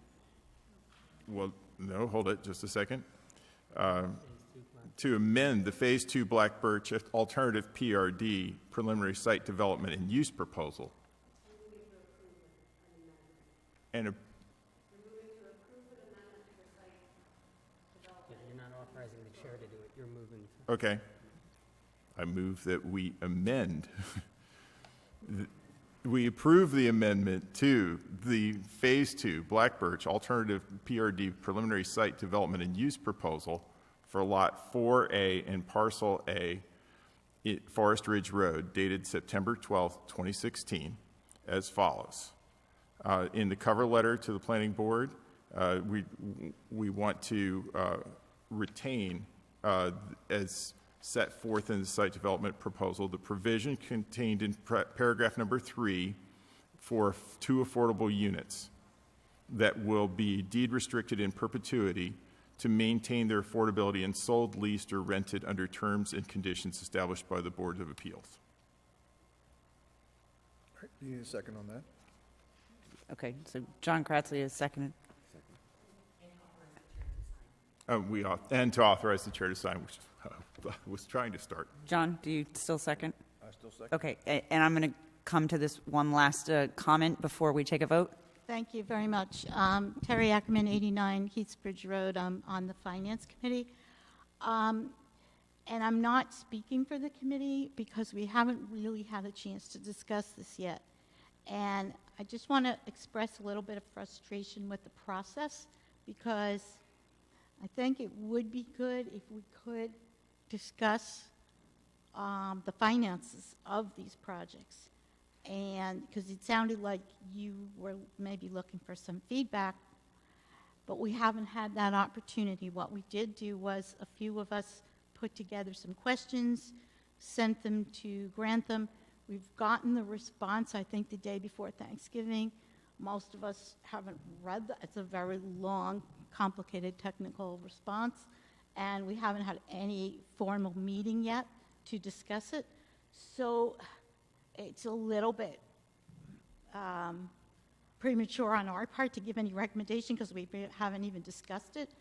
On the other hand, I feel a little bit frustrated that, you know, you guys need to take this vote, but so I don't know if there's some way that you can, if you want to delay your vote and get any feedback from us, because we will be discussing it right now, right after this, or how you want to proceed. But I guess from our point of view, we were told to wait, so we did wait as long as we could, and now here we are. So I apologize, but hopefully we can all come out this together somehow. I think we were sort of all waiting on each other, and no one had communicated that, though I believe there is an urgency to determine this now based on the date of town meeting and when that amendment has to be registered. But I'm going to turn this back to my board just quickly. Is there anyone that feels like their vote would change based on more financial information than has been laid out now? The opinions I've heard seem much more planning philosophy related, but that's my interpretation. Is there anyone who feels strongly that they might change their vote if they had additional finance committee input? Okay, seeing the head shakes on that, I'm still going to go ahead and take the vote on this now. So, all in favor of the motion to include the 2 affordable units and turn down the $1 million offer for affordable housing. All in favor? That looks unanimous to me. Or to amend the... Okay, and now our planning board is going to adjourn to Kais Road. I believe finance committee is going to the select board room, and select board is staying here. You did spell my name wrong, but that's okay.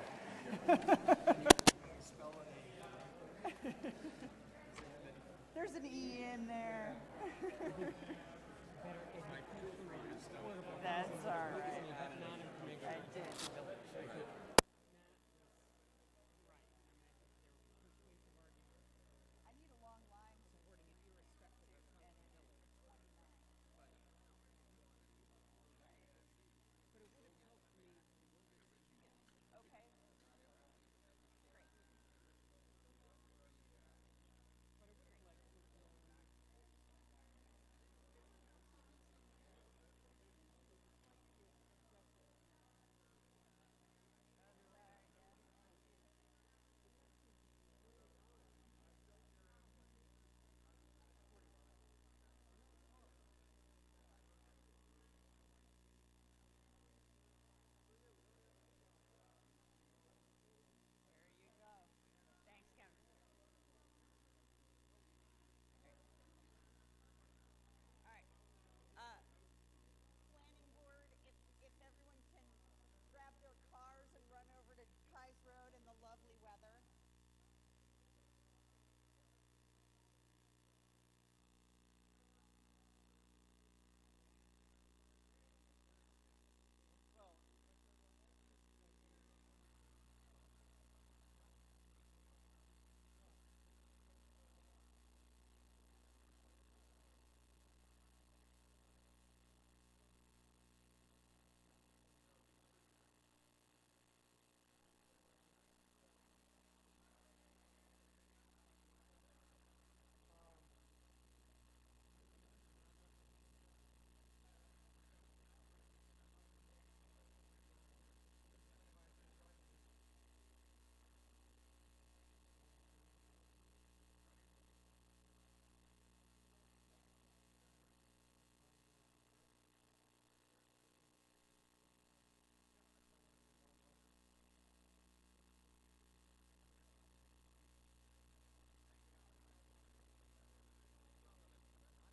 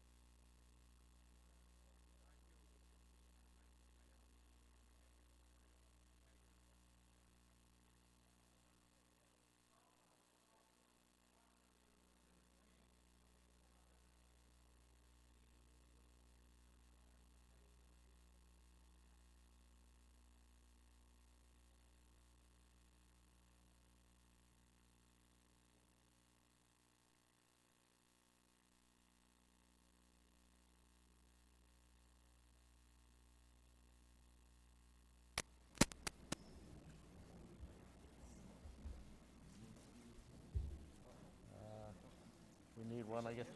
We get.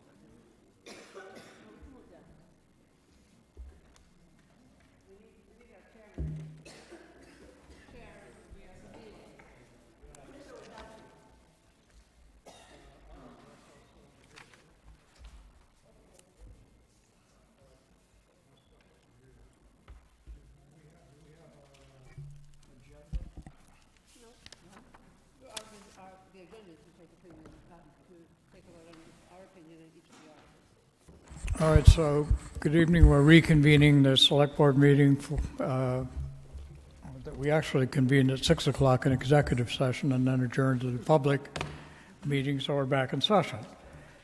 So our job this evening is twofold, but it involves going through each of the warrant articles and where we wish to take a position on those. And then the second part of that agenda is to assign to members of the board responsibility for developing the position statement if it would be so needed at town meeting. So it's clear for everybody. All right, so let's take them up in order then. Article number 1, the pilot agreement for the solar project at 214Y Main Street. Is there any discussion on that warrant article? If not, then I would entertain a motion. I move affirmative action on Article 1. Is there a second? All those in favor? Aye. Opposed? It passes unanimously. Article number 2, Bruce Freeman Rail Trail, easements over town land. Any discussion? I would entertain a motion. Move affirmative action on Article 2 for the Bruce Freeman Rail Trail, easements over town land. Is there a second? Second. All those in favor? Aye. Opposed? Article number 3, this is the alternative PRD preliminary site development and use proposal for Lot 4A and Parcel A of Forest Ridge land as amended and voted by the planning board just before we convened here. So I'd like to entertain discussion on that. People have comments that they would like to make. I would just say that it struck me that there was a fair amount of sort of last-minute decision-making, and I don't want to say confusion, but I think that there was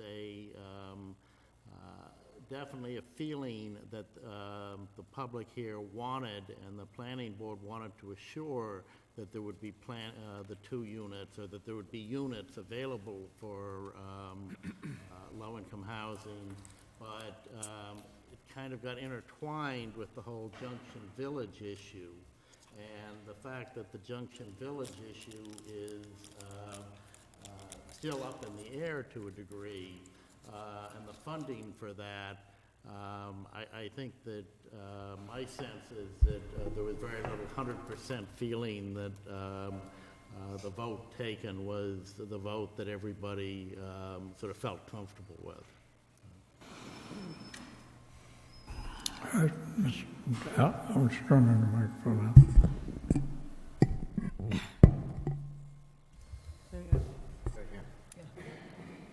So actually, I would agree with that sentiment. I think that if we could leave out the Junction Village part of the conversation, the question before us is whether we would rather have $1 million to use for affordable housing at any time, at any place in Concord, or affordable housing at these two units at this development. And I can see a benefit to having the flexibility of being able to pay down other houses that come on the market that are otherwise unattainable because we don't have any money readily available for affordable housing. And I can see a strong argument why that would be it gives us a great opportunity to be able to invest in affordable housing as properties become available. I think at this point I'm leaning in the direction of accepting the donation to begin a fund that's set aside directly and its only purpose is for affordable housing. And this is separate from any future decision that would come before this board or town meeting regarding the funding for a project such as Junction Village. So before we go on, let me make sure I just understand the thrust of your comments. Your comment said essentially that you would be supporting the option of providing $1 million, but you didn't say it, but the notion would be that would be set aside for some future allocation to affordable housing, and specifically not It would set aside $1 million with the express intent to be used for affordable housing. It may or may not be used for Junction Village. I think at this point, the Junction Village project is confusing the article because it's one of a number of other projects probably in the works. I think that having the flexibility to be able to use some or all of these funds at different times, maybe Junction Village, maybe not, is a great benefit to the town because things come before this board, things come before the town that make it financially impossible for us to buy down other units as they come available because we don't have a fund set aside just for affordable housing. Well, let me just complicate the discussion a little bit. Then, because as you know, we have a regular town meeting, planning meeting this Saturday at 8:30, and which we will open the warrant for the regular town meeting, and we will be putting on the table all those warrant articles that we know about that we're going to support. So I'm asking a question, though. So understanding what you said was, well, let's support the notion of $1 million and let's put that aside in the fund. And we're not going to really know exactly how to use that fund now. But come Saturday, we would still go ahead with the idea of providing a warrant article for $1 million of free cash to follow through on the discussions we've had about Junction Village. So my understanding is that if we were to have a warrant article for the spring town meeting that requests $1 million specifically for Junction Village, if the project didn't go ahead, for whatever reasons, we know that their project is not yet ready for funding because they're still waiting for other state incentives to fall into place to make the whole project workable, that money would still be set aside in abeyance, but we could change the use of that money to something else. Or we could just not move that article. Not move the article. Not move that article. Or not move the article if that came to be. And so we would potentially then have the $1 million that we would allocate for Junction Village if in fact it came to pass, plus we might have then this additional $1 million in reserve to deal with an affordable housing opportunity if it came about. So that's got it. Got it. Mr. Ring? I'd like to agree with Ms. Kaufman. I think in this particular case, in our current situation, that the $1 million could be, I think, more efficiently spent on more effective affordable housing. Not necessarily Junction Village, but I think in this particular Black Birch Phase 2, it's only addressing a 130% median income family, which is Concord affordable, but I think having that $1 million in reserve to be able to focus those resources on a project that, say, provides families that are at 80% median has much more significant value. I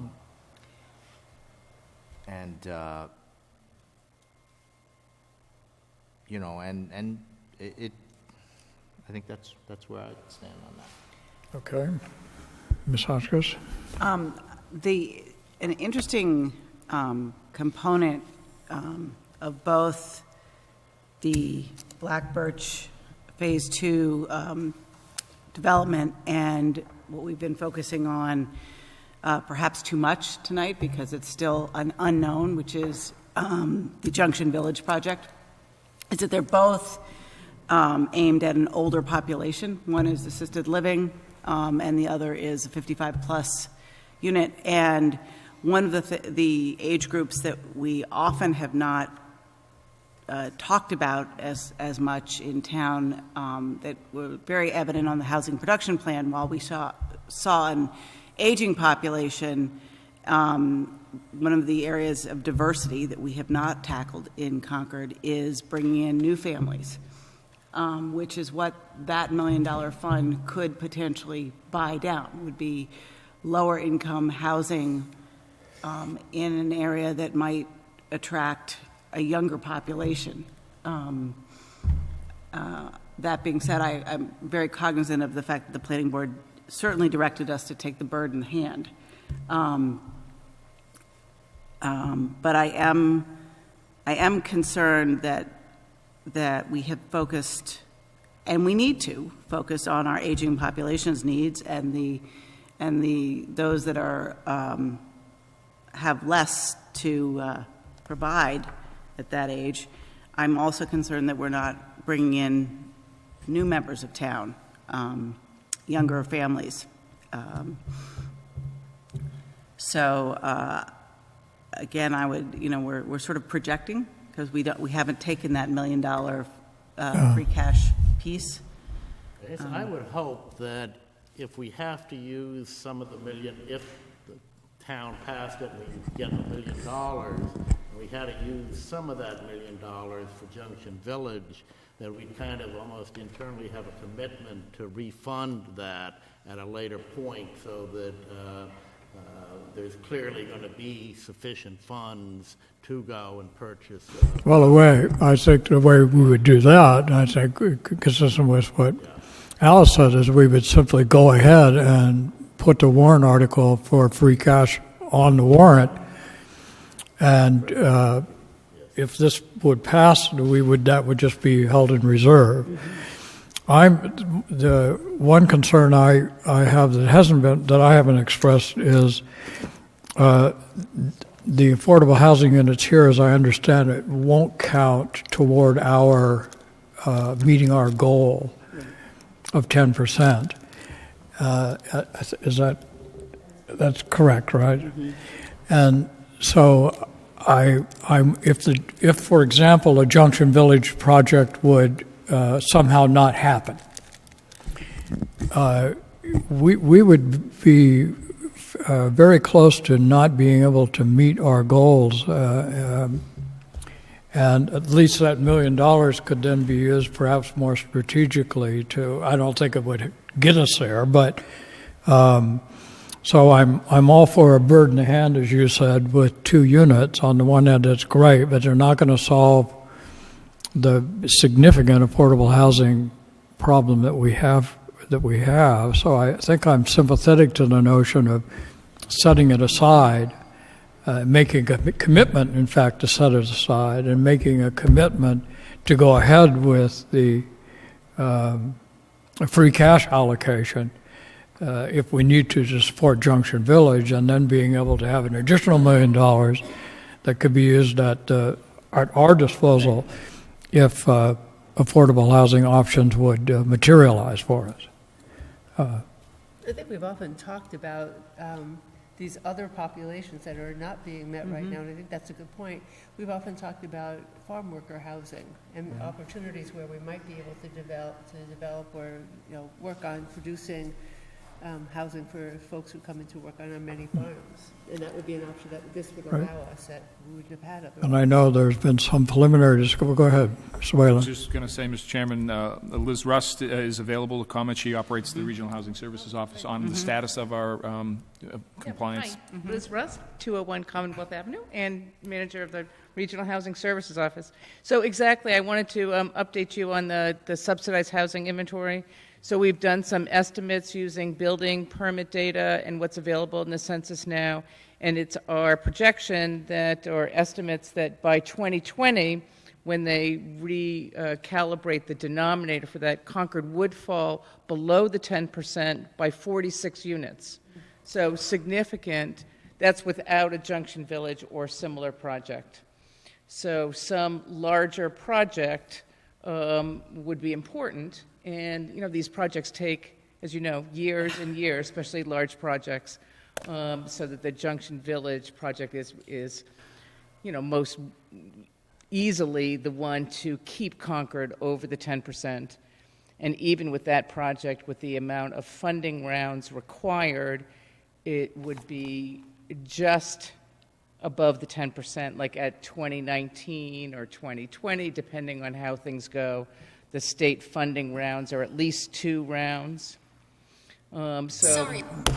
And so with the with the stage CPA requests also from the local commitment would also sort of drag out the how long it would take for them to gather all their money. Mm-hmm. So that I think that the inventory point is really well taken. And I also just wanted to clarify that the Junction Village funding proposal was looking for $3 million from the town. So while the $1 million of free cash or potentially this donation and the CPA article for this year is $350,000, it's still short by more than half of what they were looking for overall over some period of years. Well, I was asked by the planning board what the select board had talked about, and I indicated $2 million, right, which was free cash and the CPC allocation. But there was an additional $400,000 that was coming from two additional sources. So there were, I think, $600,000 or something in that neighborhood short. And we specifically did raise the issue with Mr. Grantham, and what he indicated was if we got to that number, that he thought he could have some leverage to go back to the state and see if there could be some additional funds. So it was $2 million that we had talked about with free cash and CPC money, and then there was an additional, I think Mr. Rothmel, you actually specified that. That just wasn't something that was in front of the board itself. So great, and thank you. And Chris, I think the preliminary discussions that you've had, I think with National Park about some potential park housing being able to be used for agriculture, as I recall. Is that right? We opened the dialogue there. It'll take a little while to come together. Sure, of course. Yep. Okay, other comments? Okay, so where are we?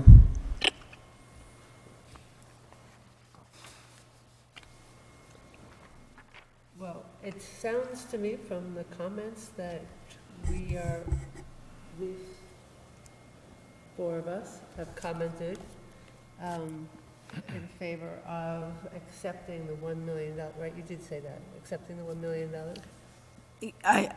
As long as we're holding it as a separate, I mean, this is to move beyond, not to subsidize or pay for. Not in place of the free Not cash. in place of free cash, no. Which I think Ms. Rust's comments just underscored, which is even with Junction Village, we're not home free. Yeah. I don't think we'll ever be home free. No, by any means, and nor should we, because we know what we need to be doing for Concord. Yeah. I mean, just don't forget, but I mean, our town is fortunate to have the growth we have. At the same time, you know, the building inspector always lets us know we break records every year, number of permits and construction and so on, but that doesn't help the numbers if you're into the numbers game about affordability. Well, I want to make sure that we're achieving our diversity. Absolutely. And that's... Tom? I would be in favor of accepting the $1 million instead of the 2 units. I think it gets us much closer to where we want to be in terms of the likelihood of reaching the 10%. And once we get behind, it's not going to be easy to catch up.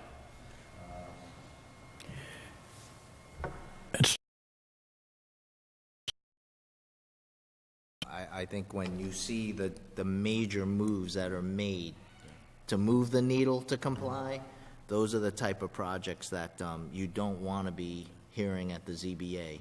And it doesn't allow us much control. I think we should find those projects that are town-driven so that we can have more control in terms of the design and percentage composition rather than some of these larger 40B type developments. And just making sure I'm understanding everybody. So I'm hearing that we would be interested in the $1 million option, but, or however, or and, but I'm not sure which it is, we are going to want to affirm our continuing support for a warrant article for $1 million for free cash to support the Junction Village project. I think that town meeting has to give us that support. Well, sure, it's a town meeting. It's important to have them engaged with us. Mm-hmm. So, you know, I don't see why we would change that plan. All right. Mr. Whalen, do you have any further comments to make? Are there any comments that the public would like to make that we haven't heard already this evening? Order 169 Thoreau Street. In your deliberation, there was not any regard for precedent setting with the proposal that came to the planning board, where it's an option of we'll pay you and then we won't have affordable housing. And this would be precedent setting in the town in terms of payment in lieu of affordable housing. And the next developer coming in, would that person be predisposed to offering the same option? So it's not, I understand where you're coming from in terms of wanting to have money available. So does the CPC, to have money available to buy down, to do other things for affordable housing. And I'm wondering if you could actually even construct a separate warrant article to say we want $1 million for affordable housing, separate from even the discussion on what just went in front of the planning board. Is that possible? I didn't understand that. To create an article, a warrant article, are you planning to do that? To have a separate warrant article saying, putting $1 million aside? I think what we're talking about is that are likely to support a warrant article to take $1 million from free cash to support the Junction Village project, and to take this $1 million and keep it in reserve by the select board to deal with affordable housing opportunities as they arise. Okay. So there will be a separate article for the Junction Village $1 million. And then if this other $1 million came to pass, for some reason, you would put that in affordable housing. And that would be your desire, rather than having the 2 affordable housing units constructed? I think that's what the board is saying. These 2 units don't count toward Concord's affordable housing goal. Correct. And I think you still are setting a precedent in terms of your desire to have money instead of affordable housing. No, I don't think. I think the planning board accepted funding from a developer on Monson Road, and it was like $70,000. No one seemed to notice that when that happened. $70,000 to pay down, while this developer is offering $500,000 a unit. In the city of Boston, you're required, or in your review or development project, it's like an 80%, 20% of 80 market, 20% affordable. What you can do in Boston is you pay off the 20% if you don't want to have affordable units, and they only charge $300,000 in the city of Boston. So, I'm just raising it because I wondered if in fact it would be something that would attract developers to propose every time, and then. Well, I'm just saying, I don't know. I don't think we're setting the precedent here. It's been done before, and no one seemed to remember that. So Plus, I think it's quite clear just from the conversation tonight that there's no precedent being set here. This is, I think, if this would come up again, it would be in the context of where the town was and what affordable goals we could accomplish and what the developer might be interested in. First, I should say the developer is putting options in front of the town. They're not trying to influence which way the town would go here. They've done their economic analysis, and they've come up with these 2 options, which to them are equivalent in some sense. So I don't think it's precedent setting at all. That's true. I guess he's offering choice, right? The warrant article has them in here. It's our job to figure out what to do. It's not the developer's job to figure out what to do. Thank you. Thank you. Mr. Hurley? If I may I'd just like to make a couple of minor points. I want to point out that it's not that we're against having affordable housing at Black Birch. We have 3 units there now. Mm-hmm. We're perfectly willing to add 2 units. We also want to point out that there's no requirement for affordable housing in alternative PRDs. This is something that's been offered as 2 different alternatives. And we don't consider something that requires a town meeting to vote to decide A or B, which alternative to take, as setting a significant precedent, because it's not 1 or 2 board members doing this. This is town meeting making the decision. And the last thing is, we don't consider it a buyout. It's a contribution, or it's the provision of 2 units. Mm-hmm. And, you know, we'll look to the boards and committees for their guidance, and ultimately to town meeting. Thank you. Yes. Nancy Bucas, 1360 Monument Street. I'm uncomfortable with accepting $1 million. It seems very close to a bribe. So I just thought I'd say that, and I know that there are many people in town who would actually love to give some money to make up the difference with the Junction project if you needed it. I certainly would be.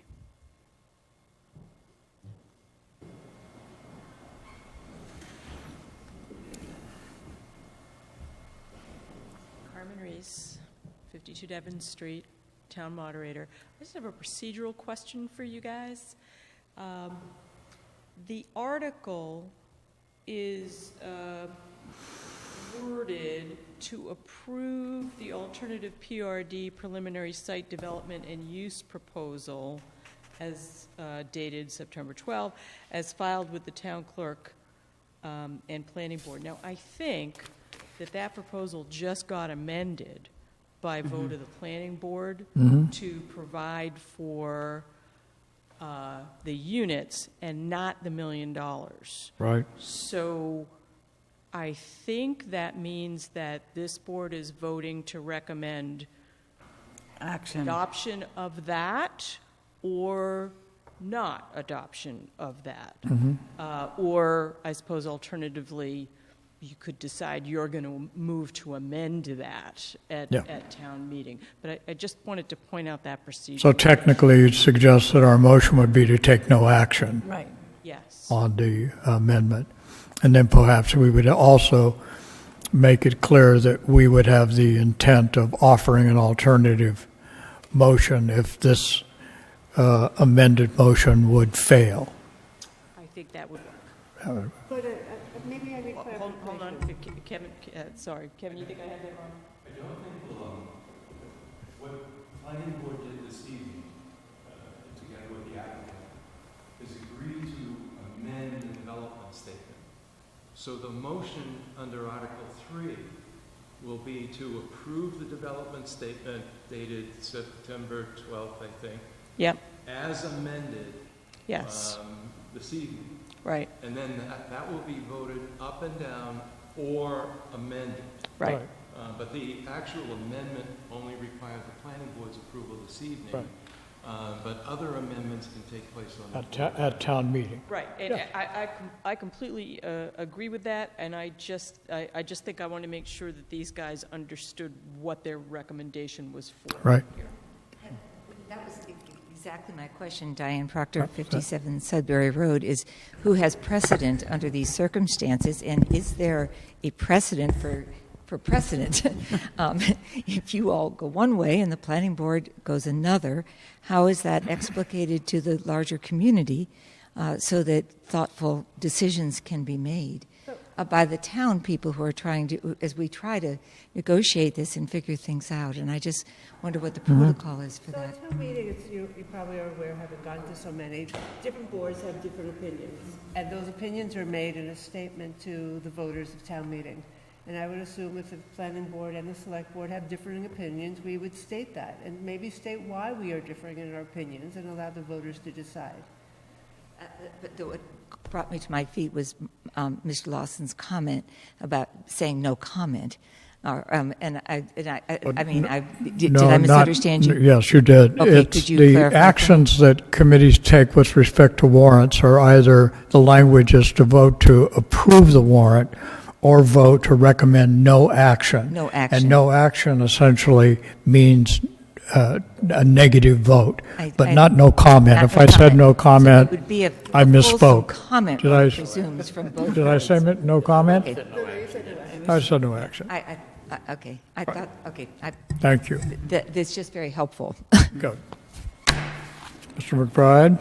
Yeah, Jack McBride, 943 Lowell Road. I realize that we've opened a serious can of worms in an effort to be creative and cooperative. And I've heard a lot of things tonight. I've been in this business a long time, so most of it rolls off my back. But when I hear the words bribery and buyout and this, it's a little bit painful in my hometown. I could take it if I were somewhere else. But I've been here 25 years. I've volunteered many, many hours to build affordable housing, both for the Concord Housing Development Corporation, the Concord Affordable Housing Committee. I was chair when we built Lally Woods. We built Shaw Farm Road, which was family housing, through my company. So I certainly can understand how people could perceive things, and I regret in a way that we presented something that could be this confusing and this subject to misinterpretation from our initial intent. So the intent was, at the time we came up with this, I had been getting some phone calls from people trying to figure out a way to raise money for the Junction Village project. And we were working on this one, and I did the math, and I did the economics, and very few developers would propose to pass through all the revenue from the sale of units to the town in lieu of just taking the cost, build a lower cost affordable unit. But because of my history in town and my commitment to affordable housing, I thought, wow, this is a great opportunity for us to do something to really help a project be successful, and I would feel good about it. I don't feel so good about it right now.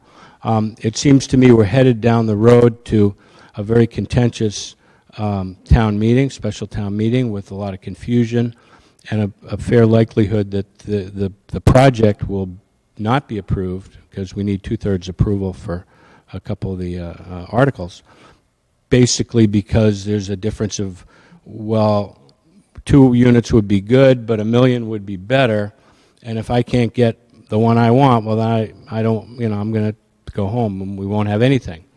So we're prepared. We're in business, and there's no guarantee, and so that may well be the case. But what I'm hoping is that rather than take a vote of no action tonight, I know in the past, I think even with Black Birch 1, the select board's final recommendation was not voted until about an hour before town meeting, and there were some issues back then that were a little confusing. So I'm hopeful that maybe over the next few days and up until town meeting, there may be a way to find either consensus or compromise, and I'd be certainly happy to work on that in terms of what we're prepared to do.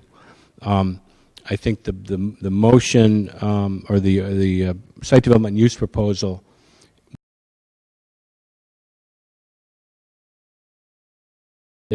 I suppose if we don't file it, it would continue to be the way it was originally presented with the alternatives. Can be amended on the floor, but I'm hopeful that perhaps the FinCom is going to be meeting, the Planning Board has additional meetings. They're going to have to make a recommendation on the 3 articles. FinCom might make a recommendation, as they did last time, and you'll have to make a recommendation on the 3 articles. So rather than, I would ask to consider, rather than making a decision tonight on your recommendation, which sounds like a recommendation of no action based upon 2 affordables on site, which I think if that were the only proposal initially, you'd probably be voting affirmatively to support it as you did Black Birch 1, I'm guessing, with that history. Perhaps we can continue, or you could defer a decision and give some time to see if there is no way to make everybody, if not happy, maybe a little less unhappy. Thank you. Well, first I want to say that those remarks that you found difficult to hear were not the Select Board's remarks, and we're fully aware that you're under no obligation to have provided affordable housing units in this development or to provide a contribution of $1 million.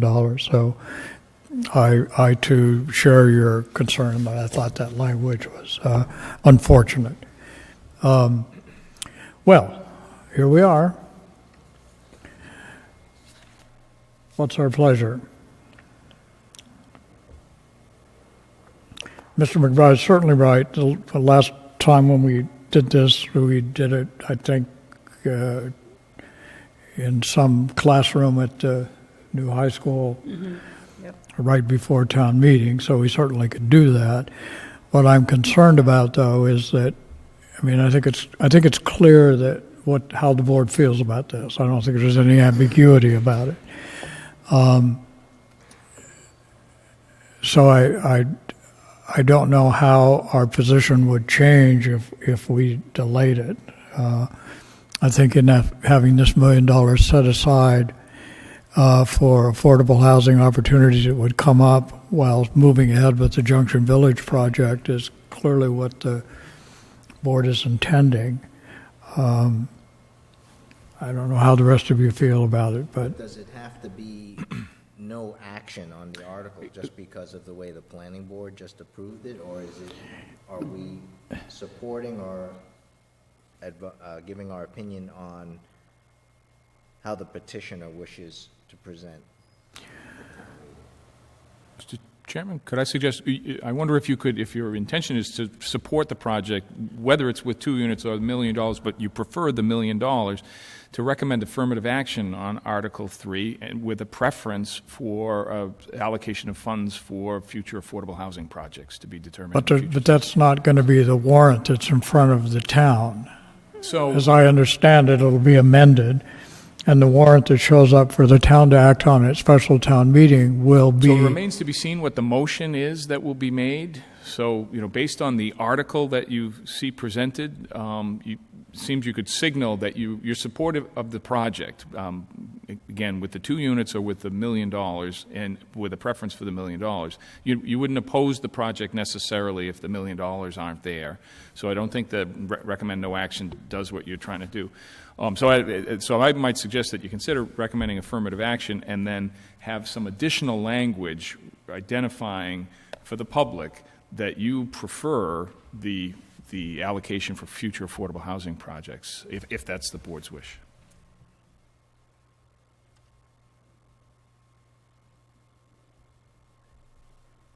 Oh, isn't that option off the table come town meeting? Because the language of the article would be such that you only have one option being presented. It can be amended from the floor. I'm hearing is that town meeting gets to decide whether the choice town meeting can vote the 2 units or the $1 million. Somebody could hear the type of presentation that Chris was just suggesting, and stand up and move to amend. You speak it into the mic. It's still on. It's on TV. That's why. Stand up at town meeting and move to amend the motion that we will make based upon the planning board's vote. But any individual can vote to amend that, and then town meeting would vote up or down the amendment, and then after the amendment, vote on the main article, depending upon what happened to the amendment.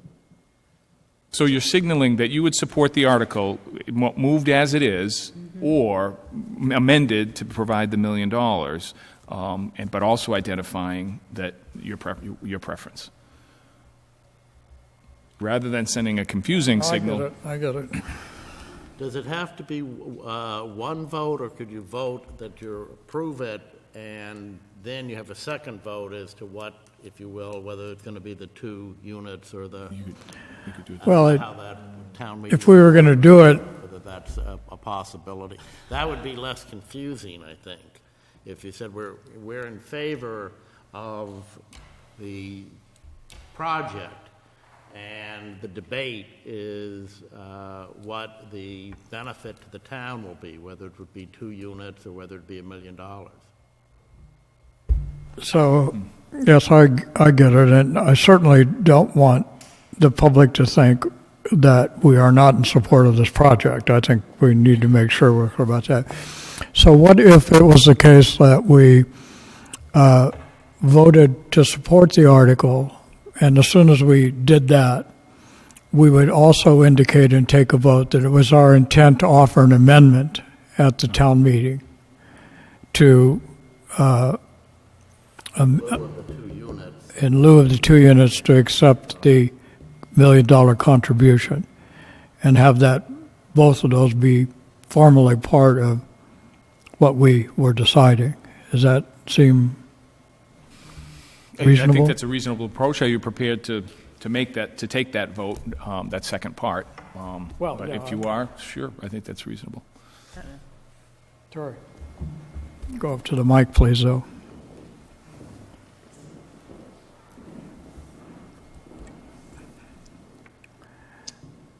Stylistically, I'm not sure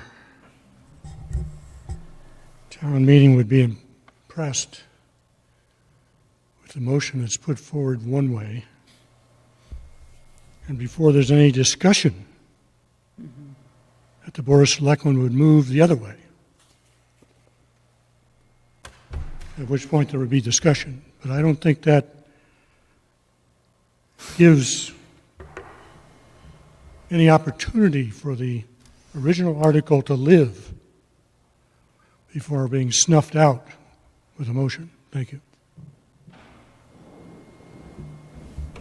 Well, I'm confident, I get your point. I'm confident that we could work out with the town moderator a process so that we would allow conversation to take place on the original motion for some. I mean, motions are made to amend warrant articles right out of the gate all the time at town, relatively.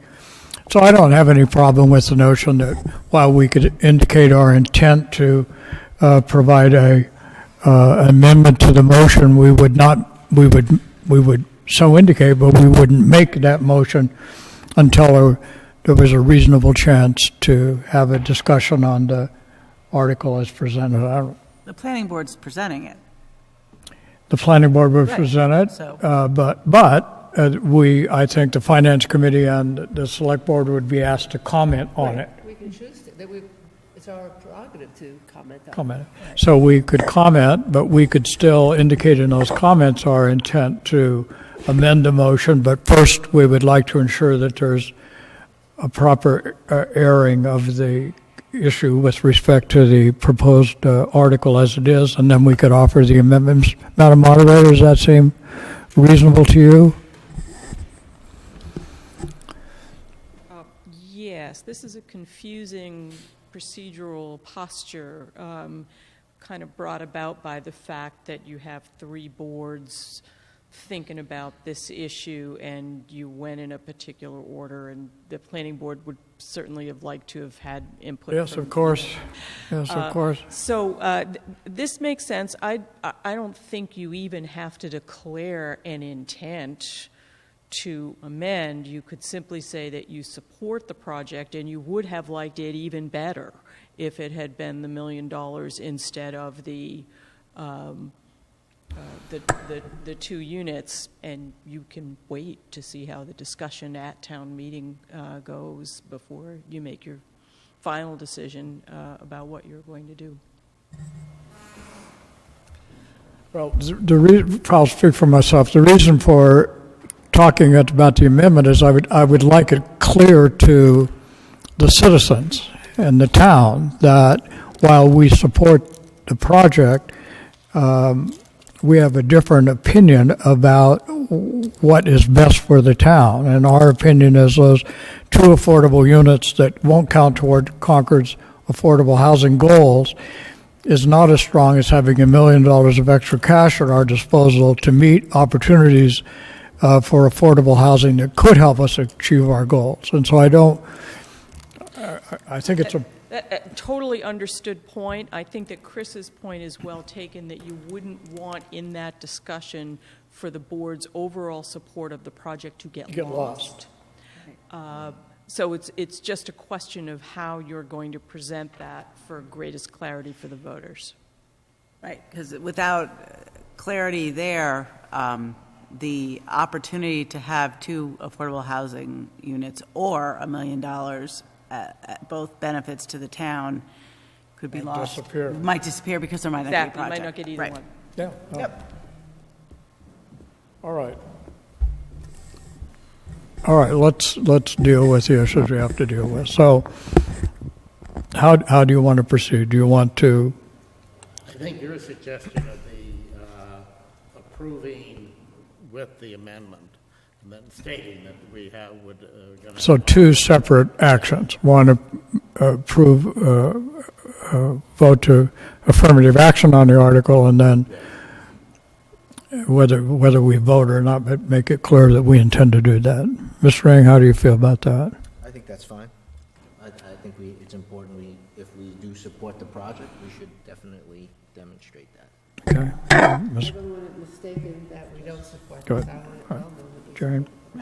All right, so why don't we first entertain a motion then on this? I move affirmative action on Article 3 as amended by the planning board. Is there a second? Second. All those in favor? Aye. Okay. I think that the process, we should finish the warrant. Yes. And then we should come back and deal with it. Article 4. I move affirmative action on Article 4, release of residential restriction applicable to Lot 4A and Parcel A at Forest Ridge Road. Is there a second? All those in favor? Aye.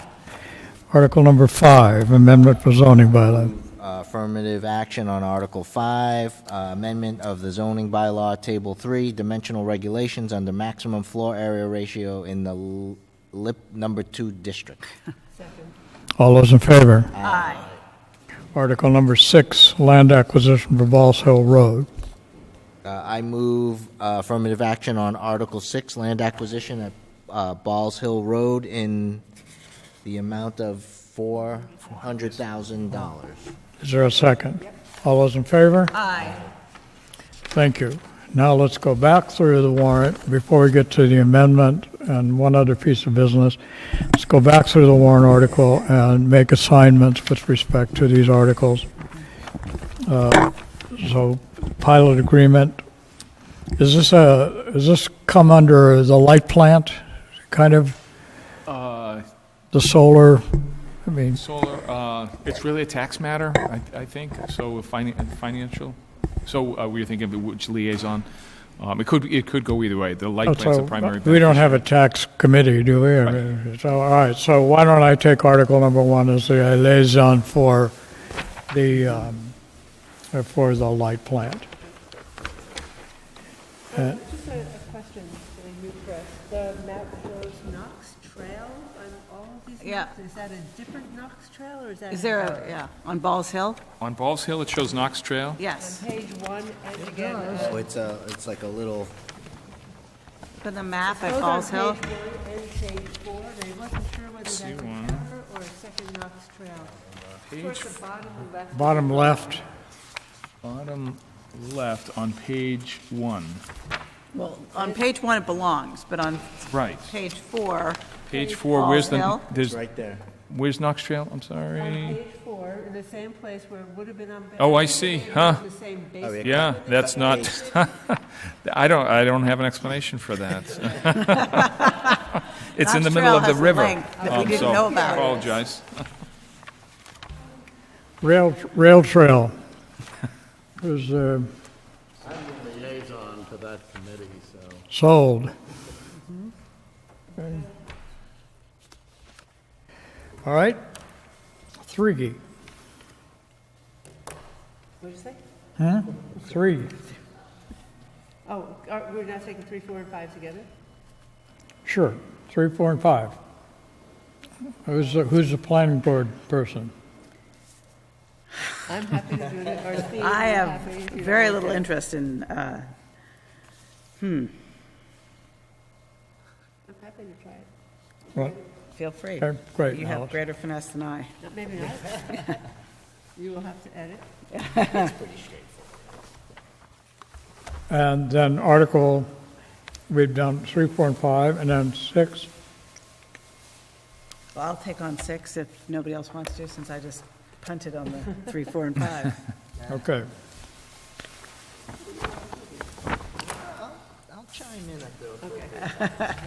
Well, I think Yeah. while Alice is taking the lead on this, this is going to be important, so we're going to all, I think, the others are pretty straightforward, but this one is not. So we want to all have a chance to confuse her by.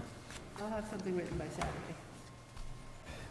All right, then one other piece of business, just a reminder and an announcement that we have a meeting scheduled for 8:30 Saturday morning to discuss warrant articles for the regular town meeting in April. And the select board is going to convene after that meeting to consider additional business items that we weren't able to get to this evening with respect to the Balls Hill land. So, And the meeting's here. and the meeting will, will probably be in here, yeah. So we'll just stay in here.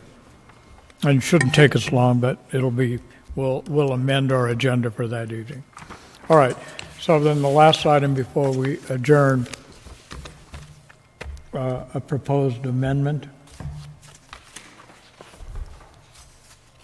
Or do you want to? Article 3, you mean? For Article 3. So your question is, do we want to craft it here, or you would assume I could just craft it? No.